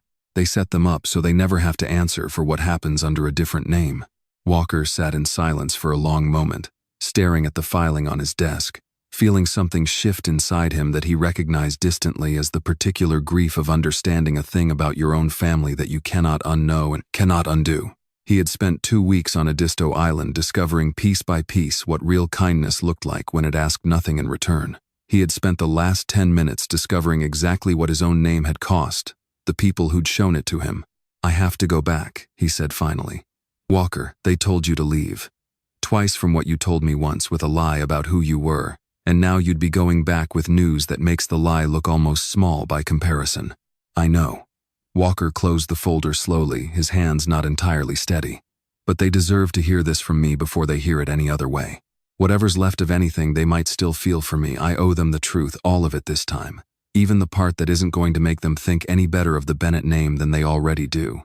Tucker studied him for a long moment, and something in his expression, the last of the old suspicion he'd carried about Hannah Reed since the moment Walker first told him her name, finally visibly gave way. "For what it's worth," he said quietly, "a family that would sell their own boat for a stranger and still tell that stranger the truth to his face when he lied to them. That's not the kind of people who go looking for reasons to hold a grudge. That's the kind of people who want the truth regardless of what it costs them to hear it." He paused at the door. "Might be worth remembering that whatever happens when you get back down there." Walker found his father in the study before the sun had fully cleared the tree line, the way he always seemed to find him there, a man who apparently required the certainty of that dim leather room the way other men required sleep. Harlan looked up from his coffee with an expression that shifted in the space of a breath, from irritation at being interrupted to something warier, reading Walker's face the way he read every room he'd ever walked into. "You look like a man who's about to ruin my morning," Harlan said. "Bayfront Consolidated Holdings," Walker said, and set the folder Tucker had given him flat on the desk between them, unopened because he already knew every word inside it by heart. 19 years ago, oyster leases along the low country coast, bought up piece by piece until the small leaseholders had nothing left to hold. "I want to hear you tell me it wasn't ours." Something in Harlan's face went very still. Not surprise, Walker noted with a fresh and specific ache, but the particular stillness of a man recalculating rather than reacting, deciding in real time what version of the truth was worth offering. "That entity was dissolved years ago," Harlan said carefully. "Ancient history, Walker. Every consolidation in that industry looked the same back then. If we hadn't bought those leases, someone else would have, and probably paid less for the privilege." "That's not an answer. That's a justification." Walker's voice had gone low and hard in a way he rarely used with his father, a way that surprised even himself. "There was a family on that stretch of creek. The Reeds. You took the water that fed 3 generations of them, and you built a shell around it deep enough that the Bennett name never had to answer for what it cost them. He leaned forward, both hands flat on the desk. That family took me in 2 weeks ago, Dad. Fed me, sheltered me, the woman who raised the daughter I've come to. He stopped, unwilling to hand his father that particular truth, yet unsure it was even fully his to hand over. The mother of that family pulled me out of a flooded creek 15 years ago and never asked my name. And your company spent that same decade quietly taking apart everything her family had left. Harlan set down his coffee cup, and for a rare moment something crossed his face that looked genuinely, if briefly, human, not guilt exactly. Walker thought, watching closely, but something adjacent to it. The recognition of a debt he had never expected to be presented with a bill for. I didn't know that family's name, Walker. Harlan said, quieter now. I want you to understand that. Those acquisitions were run by people 3 levels below me. I signed off on numbers, not faces. That's exactly the problem, Walker said. You've spent your whole life signing off on numbers and letting other people carry the faces. I grew up thinking that was just how a man like you operated until I spent 2 weeks in a house where a man built a wheelchair ramp for a total stranger with his own hands, because he could, him doing nothing about it. His voice cracked and he let it, no longer interested in hiding it from this particular room. I don't know how to reconcile that you're my father, and also the reason that family has spent 20 years scraping by on what was left of what used to be theirs. Harlan was quiet a long moment, and when he finally spoke, his voice had lost some of its usual polish. What do you want from me, Walker? I want you to make it right. Not with a press release, not with a donation with your name carved into a plaque somewhere. Quietly, completely. Whatever it takes to restore what that family lost. Walker straightened, gathering the folder back up. And I want you to understand that I'm going back down there today to tell them myself before your lawyers or your campaign staff find a way to spin it into something smaller than it is. He left before Harlan could answer and did not look back to see whatever expression his father wore in the aftermath, whether it was calculation or something closer to shame, finally catching up to a man who had spent decades outrunning it. The drive to a denim felt longer than it had 2 weeks earlier, though the distance hadn't changed at all. Walker drove himself. This time no truck sold for cash, no wheelchair folded in the bed under a tarp, just his own car, his own name, and a truth heavier than anything he'd carried onto that island the first time. He found Samuel alone at the dock again, mending the same length of rope, and something in the older man's shoulders tensed the moment he recognized the car pulling into the yard. Didn't expect to see you again, Samuel said, not looking up. I wouldn't have come back if it wasn't important, Walker said, staying near the edge of the dock, careful not to crowd a man who had every right to want him gone entirely. There's something you need to hear, Samuel, about your leases, the ones your family lost 20 years back. Samuel's hands went still on the rope, the same way they had the night Walker first confessed who he really was. What about them? They were taken by a shell company, Walker said, and made himself say it plainly without softening any of it. My father built it specifically, so the Bennett name would never show up on the paperwork. Bennett Seafood Co. bought up those leases, Samuel. Yours included. That's why your family's been scraping by on what's left of that creek for 20 years, instead of what should have rightfully stayed yours. The color drained slowly from Samuel's face, and for a long moment he said nothing at all, staring out at the water the way a man stares at something. He is trying very hard not to let unravel him in front of another person. 20 years, he said, finally quiet and rough. Louise and I had just married. We thought we'd lost that water to bad luck. Bad management. I spent 20 years thinking it was something I'd done wrong. It wasn't, Walker said, and the words tasted like ash, even as he offered them, knowing exactly how little comfort they carried against 2 decades of a good man quietly blaming himself for something that had been engineered deliberately by the very family whose son he'd taken in and fed and sheltered without asking for a thing in return. It was my father's company, which makes it in whatever way matters mine too, even though I didn't know until 3 days ago. The screen door creaked, and Hannah stepped out onto the porch, arms crossed, having clearly heard enough through the open kitchen window to understand what was being said. She came down toward the dock slowly, her face unreadable, in a way that hurt Walker more than open anger would have. You're telling us, she said, that the same family that fed you off my mother's own hands, that housed you when you had nothing to offer in return, that same family already took everything my daddy's people ever had 20 years, before you ever showed up crippled in a wheelchair asking for charity you didn't need. Yes, Walker said, because there was no version of the truth that made it sound like anything else. Hannah's jaw tightened, and she looked out over the water for a long moment before speaking again, her voice lower, now more controlled, though the strain beneath it was plain. I don't know what to do with that, Walker. I don't know whether to be angrier at you for the lie, or at your family for taking what was ours before I was even old enough to remember it was gone. You don't have to decide that today, Walker said quietly. I'm not here asking you to forgive any of it. I'm here because you both deserve to hear the truth from me all the way through this time instead of finding out some other way that would have made it worse.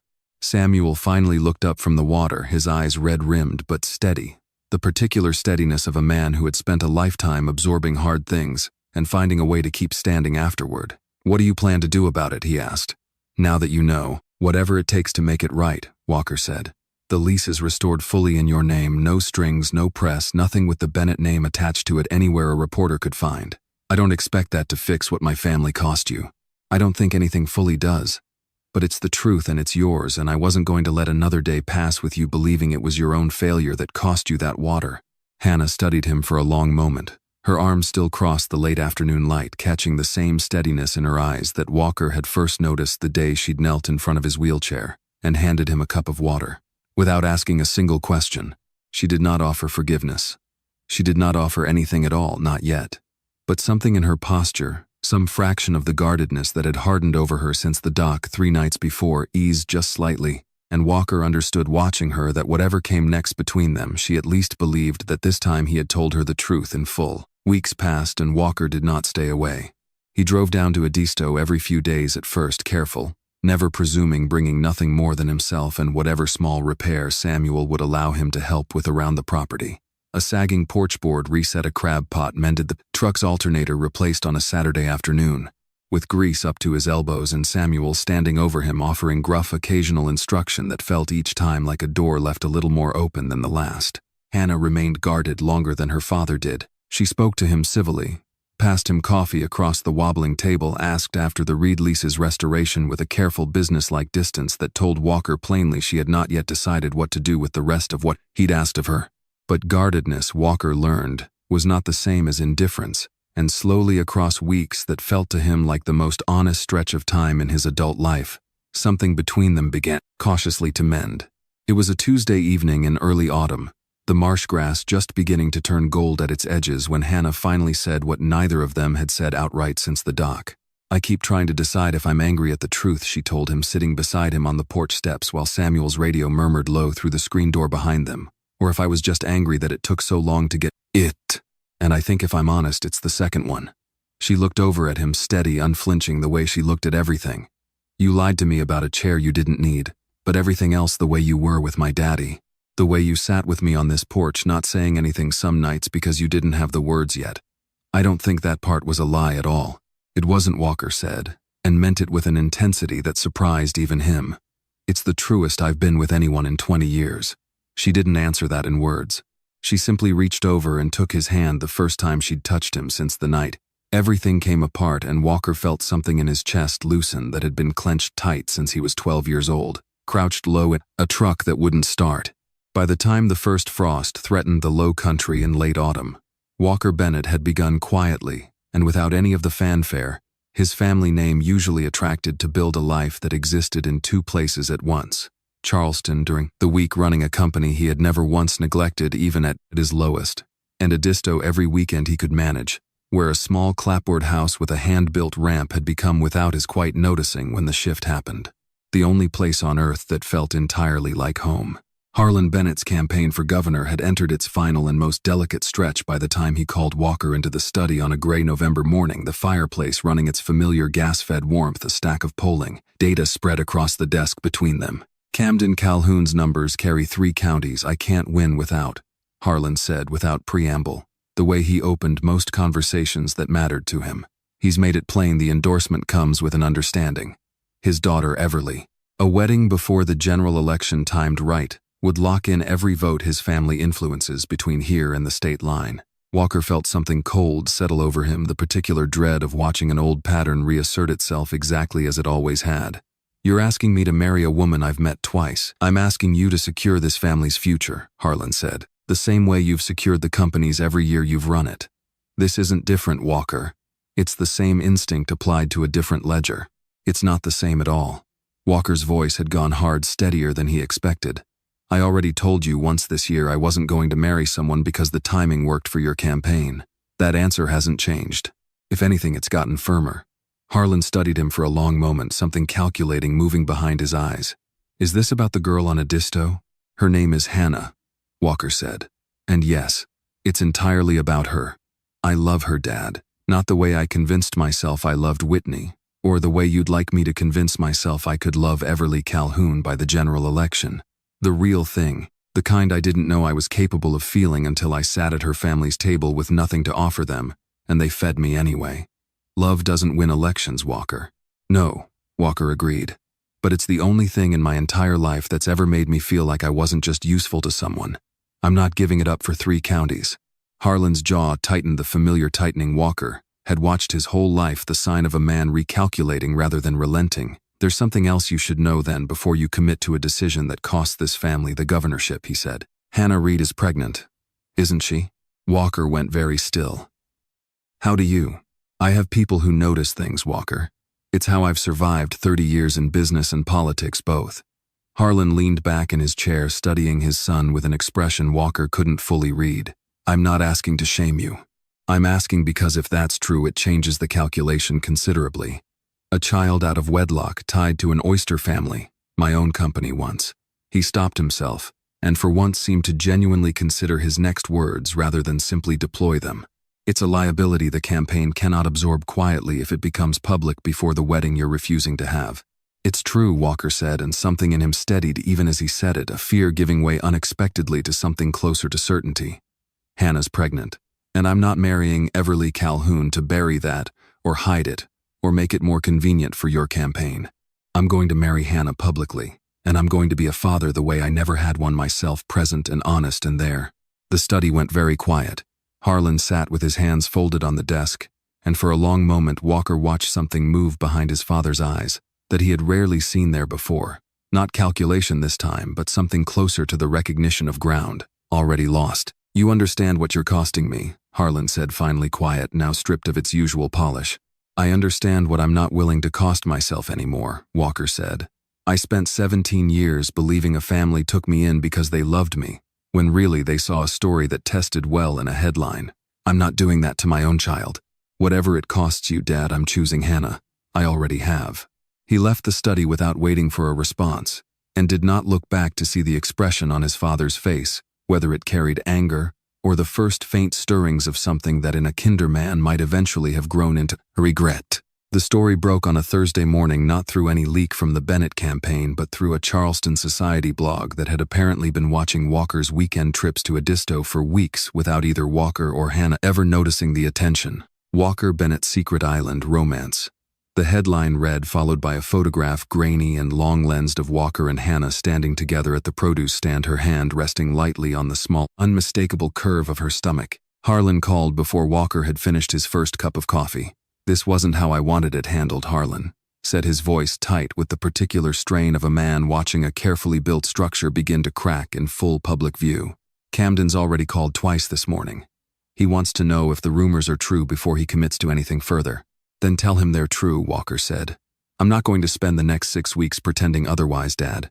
Not for you, not for the campaign, not for anybody. The silence on the line stretched long enough that Walker thought the call had dropped.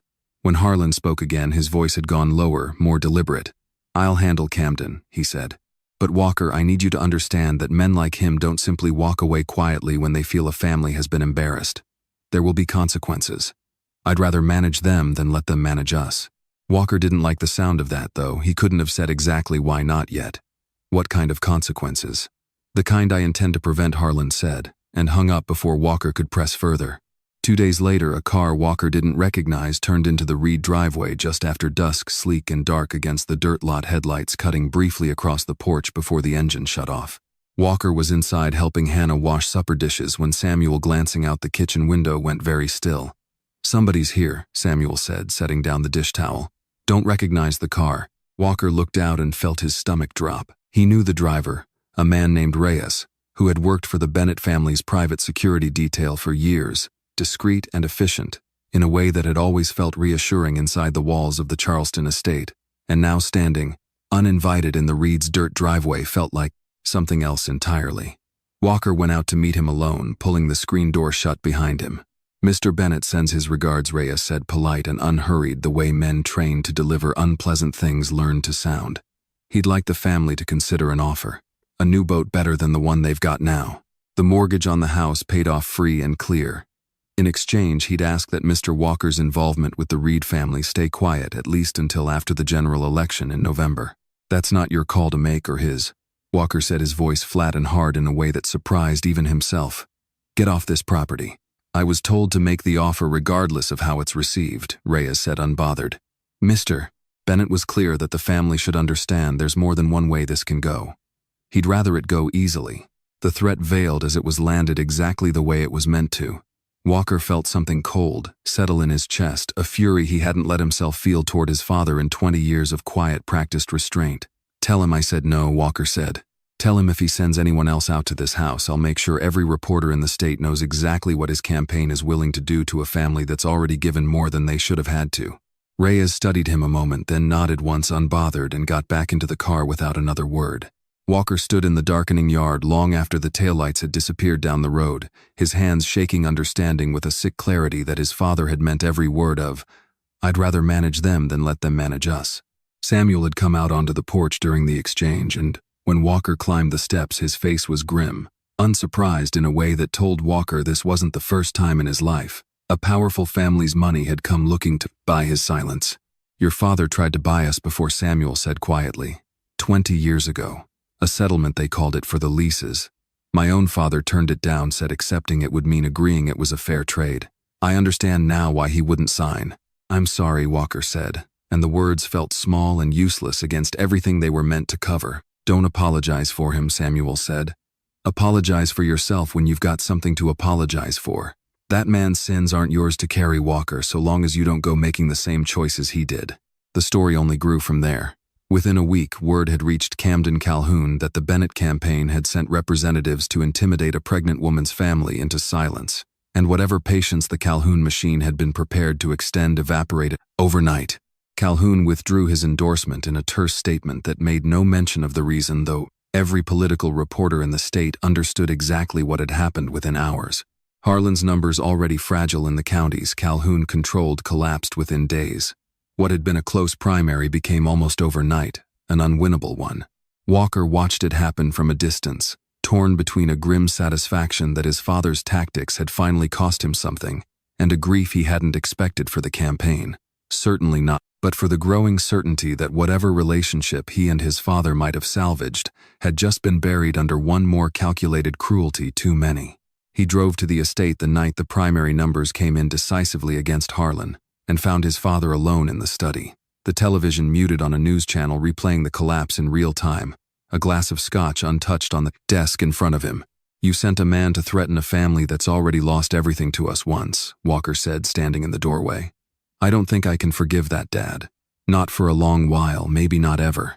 Harlan didn't argue, didn't reach for the familiar armor of justification. Walker had watched him deploy his entire life. He simply sat staring at the muted television, looking older and smaller than Walker had ever seen him. I built this whole life believing protecting my family meant controlling every variable that could threaten it, Harlan said finally, his voice stripped of its usual certainty.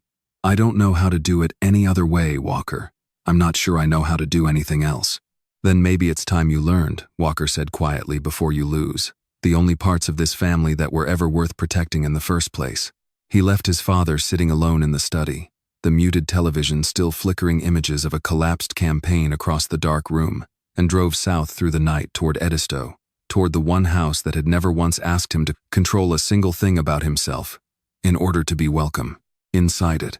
The call came just after 2 a.m, 3 weeks after the primary collapse, and Walker knew before he'd even fully answered it that something had gone terribly wrong. Hannah's voice on the other end was shaking, stretched thin with a fear he had never heard from her before, not even on the worst night of their falling out. It's my daddy, she said. Walker, somebody hurt him.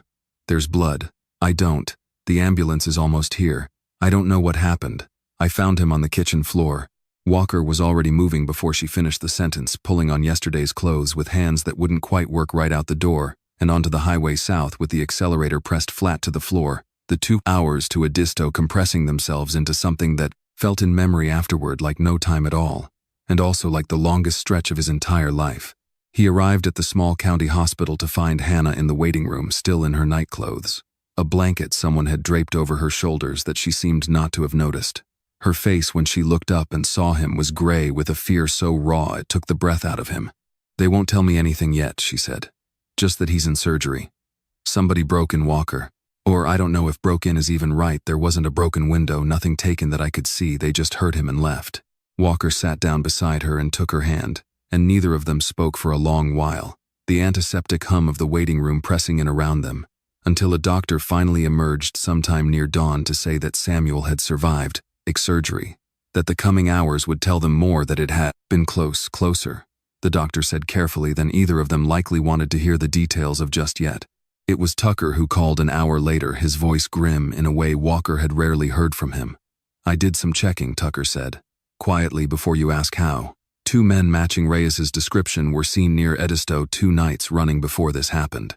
I don't have proof yet that connects them directly to your father giving the order. But Walker, I don't think it's a coincidence, and neither do you."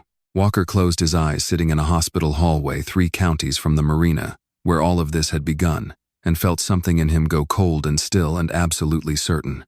"Get me proof," he said. "Whatever it takes." He drove to the Bennett estate that same afternoon, exhausted, unshaven, still carrying the hospital's antiseptic smell on his clothes, and found his father in the study exactly where he always seemed to be, as though the room itself had become the only place left where Harlan still felt in control of anything. "Samuel Reed is in a hospital bed right now," Walker said, not bothering with the doorway this time, crossing the room until he stood directly over his father's desk. "Somebody beat him half to death in his own kitchen. 2 men matching your security detail's description were seen near his house the 2 nights before it happened." Harlan's face went carefully, deliberately blank, the same blankness Walker had watched his father deploy his whole life, in the face of accusations he didn't intend to confirm. "I gave no such order, Walker. Look at me and say that again." Harlan opened his mouth to repeat it, and something in Walker's expression, the raw, unguarded fury of a man who had spent 20 years absorbing his father's careful management of every hard truth, and had finally entirely run out, too, of patience for it, made the words die before they fully formed. The silence that followed was its own confession. Walker's hands, braced flat on the desk, began to shake with a rage he hadn't let himself feel in front of his father since he was 17 years old, and still new enough to this family to believe silence was the price of belonging. For one long, terrible moment, he understood exactly how a man could reach for violence in a room like this, and the understanding frightened him more than his father's silence did. He straightened instead, forcing his hands, still forcing air back into his lungs, slow and deliberate. "You are never going near that family again," Walker said, and his voice had gone quiet, now quieter, and far more dangerous than shouting would have been. "Not you. Not anyone who works for you. If Samuel Reed doesn't survive this, I will make certain every reporter, every prosecutor, every voter in this state knows exactly what kind of man you really are. Campaign be damned. Family name be damned. I mean that completely." Harlan sat very still, and something finally cracked open in his careful composure. Not performance this time, Walker thought, watching closely, but something that looked for the first time in Walker's entire memory of his father like genuine and total collapse. Harlan put his face in his hands, and when he spoke again, his voice had lost every trace of the polish that had carried him through 30 years of boardrooms and campaign stages. "I told them to frighten him," Harlan said, muffled, barely audible. "Only frighten him. I never, Walker, I swear to you, I never told them to hurt him like this." He looked up and his eyes were wet, and Walker had genuinely never once in his life seen his father cry. "I have spent my entire life believing that controlling every variable was the same thing as protecting the people I love. I have just nearly killed the father of the woman carrying my grandchild, trying to protect a campaign that was already lost. I don't know how to live with that." "Then start by making it right," Walker said, some of the fury draining out of him, now replaced by an exhaustion that went bone deep. "However that's even possible. Whatever it costs you. This isn't a negotiation, Dad. It's the last chance you're going to get." Samuel woke 2 days later, weak but lucid, and the first thing he did once he'd understood enough of what had happened to speak was ask after Hannah and the baby, not himself. It was, Walker thought, watching him from the doorway of the hospital room, exactly the kind of man Samuel Reed had always been, the kind who worried about everyone in a room before he worried about the wound in his own side. The rest of it unraveled quickly after that. Colton Pruitt already under a quiet internal audit. Tucker had launched weeks earlier after noticing irregularities in the company's local shipping contracts, was arrested within days for embezzlement that traced back years. Company trucks used for personal errands, invoices padded to fund a fraud lifestyle. He'd never actually been able to afford the very confidence he'd worn into the produce stand that day, revealed in the end to be built on nothing sturdier than fraud. Brooke Sinclair's own story unraveled not long after. The wealthy suitor she'd left the island to marry, chasing exactly the kind of comfort she'd once pushed Hannah toward accepting from Colton, turned out to be nothing of the sort. A man with no more money than a roadside auto shop could provide, who left her within months, once the truth of his own poverty became impossible to hide any longer. She arrived back on Edisto pregnant and alone, and it was Hannah, without a moment's hesitation, who met her at the produce stand with money enough to start over, and no trace of the old resentment either of them had once carried. "You didn't have to do that," Walker said quietly that evening, watching Hannah close up the stand for the night. "No," Hannah agreed. "But I know what it is to need somebody to show up for you without asking what you did to deserve it." She looked at him then, steady in the fading light, the same steadiness he had recognized in her the very first evening he'd wheeled himself into her family's dirt lot, with nothing to offer but a lie. "Some of us got taught that lesson the hard way, Walker. Seems a waste not to pass it on." Samuel came home from the hospital 3 weeks later, moving slowly, a long red scar tracing his side beneath his shirt that he refused to let anyone fuss over more than necessary. The Reed family's oyster leases had been fully restored by then, quietly, the paperwork run through Walker's own attorneys rather than anything bearing his father's name, and the boat sat once more at the dock behind the house, repainted its engine, rebuilt, ready for a season Samuel had come dangerously close to never seeing. It was a Sunday evening in early winter, the marsh gone gray-gold in the last hour of light, when Hannah found Walker alone on the dock, watching the tide pull slowly back out toward the sound. She sat down beside him without a word at first, the two of them quiet together, the way they'd learned to be quiet in the months since everything had come apart, and then slowly, painfully begun to mend. "There's something I never told you," Hannah said finally. "About my mother. About that night you finally remembered when you saw her picture." Walker turned to look at her, something in his chest tightening. He had not spoken of that memory since the night on the dock, when everything had first broken, too ashamed of what it had cost this family to bring it up again. But he had carried it with him every day since the flooded creek, the hands pulling him from the current. The debt he had never found a way to properly repay. "She never told me his name," Hannah said. "The boy she pulled out of the water that year. I only knew there'd been one because I was 7, and I remember a stranger sleeping in the back room for a few weeks, and I remember her telling me years later not to be afraid of him, that he was just a boy who needed somewhere warm." For a while, she looked out over the water, her voice growing quieter. "I didn't put it together, not really, until the night I found you staring at her photograph like you'd seen a ghost. But I've known since that night. I just didn't have the words to say it yet." "I should have told you the moment I realized," Walker said. "I've hated myself for not saying it sooner. Maybe." Hannah's eyes were bright now, and she blinked hard against whatever she was holding back. "But there's more to it than that, Walker. Something I've never told anyone outside this family because it never felt like it was mine to tell." She drew a slow breath. "My mother went into that water twice that night, once for you, and once more a little while after, because she thought she heard somebody else calling out downstream. There wasn't anybody there. Just wind and current, and her own exhaustion playing tricks on her probably. But she went in anyway because she said she couldn't live with herself not checking." Walker felt something cold settle low in his chest, some instinct already understanding where this was going before Hannah finished it. "She caught pneumonia that week," Hannah said. "Bad enough, the doctor in town said afterward. It likely weakened her heart more than anybody realized at the time. Nobody connected it, not for years. She seemed to recover fine, went right back to the stand within a month, never once complained. But when her heart finally gave out 7 years later, the same doctor told my daddy it was the kind of weakness that usually traces back to something. An illness, a strain the body never fully forgives." Her voice cracked, and she let it, no longer trying to hold the shape of it together. "She died when I was 14, Walker, and the same night that saved your life is the same night that, however you want to measure it, started taking hers." Walker sat utterly still, the words landing in him with a weight that seemed to press the breath entirely out of his chest. He had spent 15 years believing his survival that night had cost the woman who saved him nothing at all. A few weeks of her time, a stranger fed and sheltered and sent quietly on his way. He had never once let himself imagine that her kindness might have carried a price far heavier than that paid out slowly across years he had never known to feel guilty for. "I did that," he said, his voice barely above a whisper. "I'm the reason. Stop. Hannah's hand found his gripping hard, cutting him off before the thought could fully form. That's exactly the thing I didn't want to tell you because I knew this is where your mind would go the second you heard it. You didn't do anything to her, Walker. She chose to go into that water. Nobody forced her hand. Nobody asked her to go back in a second time when there wasn't even anybody there. Her eyes held his fierce now, unwilling to let him look away. You want to know what she told my daddy the one time he asked her years later if she ever regretted it? He asked her outright, was it worth what it might have cost her pulling a stranger's boy out of a flood that nearly killed her? 2. What did she say?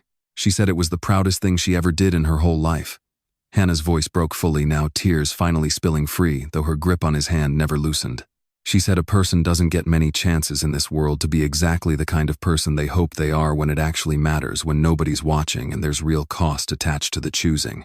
She said she got that chance once in the middle of a flood, with a boy she'd never met and never expected to see again. And she took it, and she'd take it again in a heartbeat, sickness or not. Hannah wiped roughly at her face with the back of her free hand. She spent the last 7 years of her life loving my daddy and raising me and running that stand every single morning like her heart wasn't tired at all. That wasn't a cost to her, Walker. That was just her life. The life she chose every single day right up until the day it ended. Walker sat with that for a long moment, the tide pulling steadily out beyond the dock, the marsh grass rustling soft and constant in the cooling evening air, and felt something shift inside him that he did not yet have words for. The beginning, perhaps, of finally setting down a weight he had carried in, one form or another, for 15 years without ever fully naming it. I've spent my whole life, he said, slowly believing that anything given to me freely had to be paid back somehow or it wasn't real. That's why I tested you, tested your father, tested every single person who's ever been kind to me since I was 17 years old, sleeping behind a diner. I couldn't believe kindness could just exist, without a debt attached. He looked at her, his own eyes wet now. Unguarded in a way he had not allowed himself to be with anyone since he was a boy small enough to still believe the world might be safe. Your mother gave me the first kindness I ever received that asked nothing back. And I've spent 15 years quietly terrified that it cost her everything because some part of me still believes that's how the world works, that love always has a bill that comes due eventually. It doesn't, Hannah said softly, and pressed his hand to her chest over her heart, steady and warm, and entirely unafraid. Not the real kind.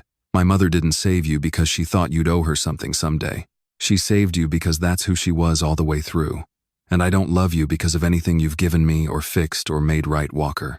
I love you because of who you are underneath every single thing you've ever tried to earn your way into being loved for.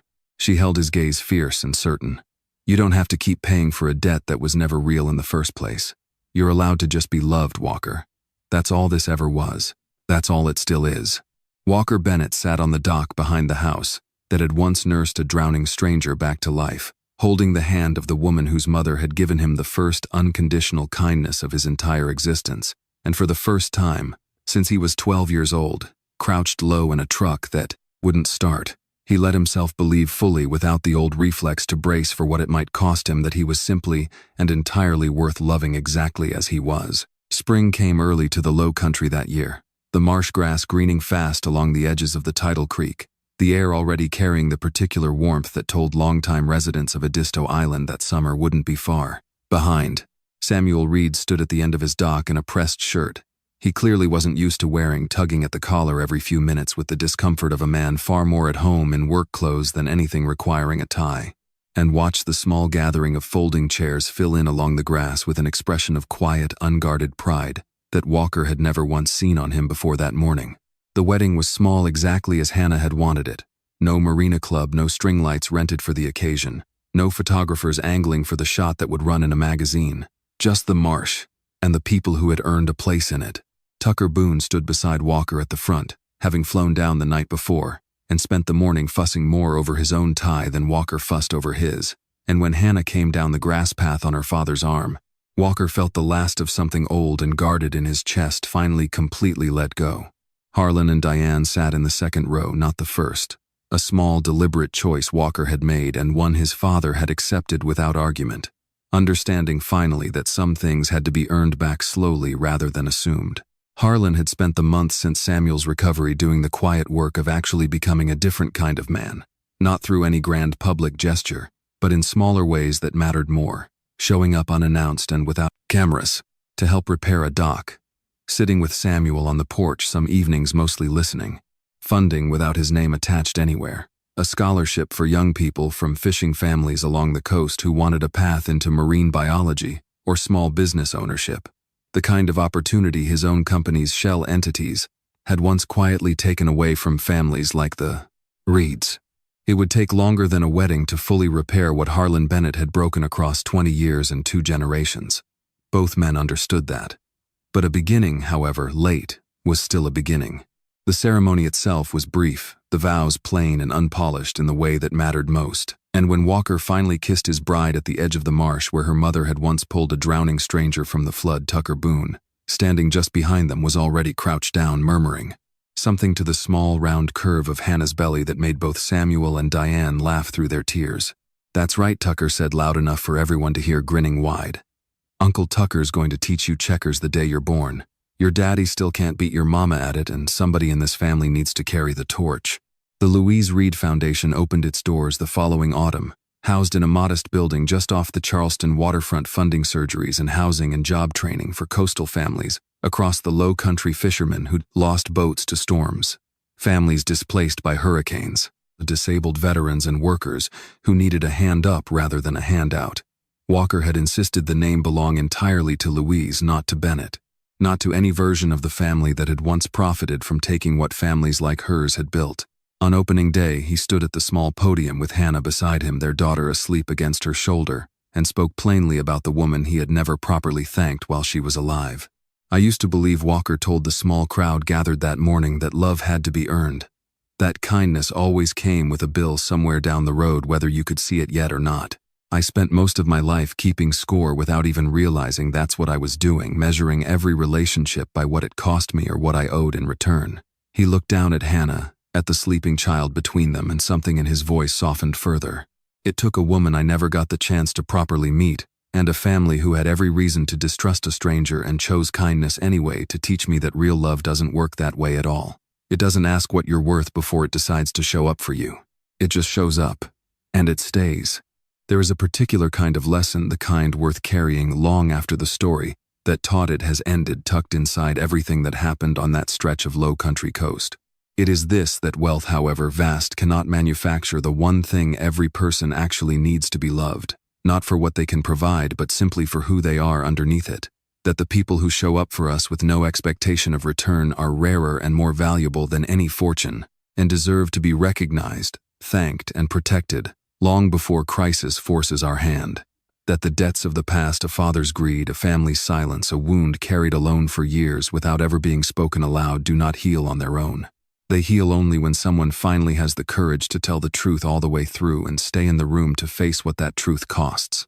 And perhaps most of all, it is this, that the compassion we offer freely without calculation, without asking first whether it will be repaid, has a way of returning to us across years and distances we could never have predicted, not because kindness demands a reward, but because it plants something in the world that quietly keeps growing long after we've stopped watching for it.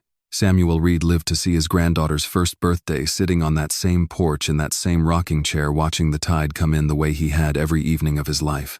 Harlan Bennett, in the years that followed, became the kind of grandfather he had never managed to be, a father present in ways that surprised everyone, including himself. And Walker Bennett, once the emptiest man on the harbor, found that the fortune he had spent a lifetime building meant less to him now than the sound of his own daughter laughing on a dock behind a small clapboard house that had once, on the worst night of his life, asked him for absolutely nothing at all. If this story moved you tonight, we'd love to hear what it stirred in you.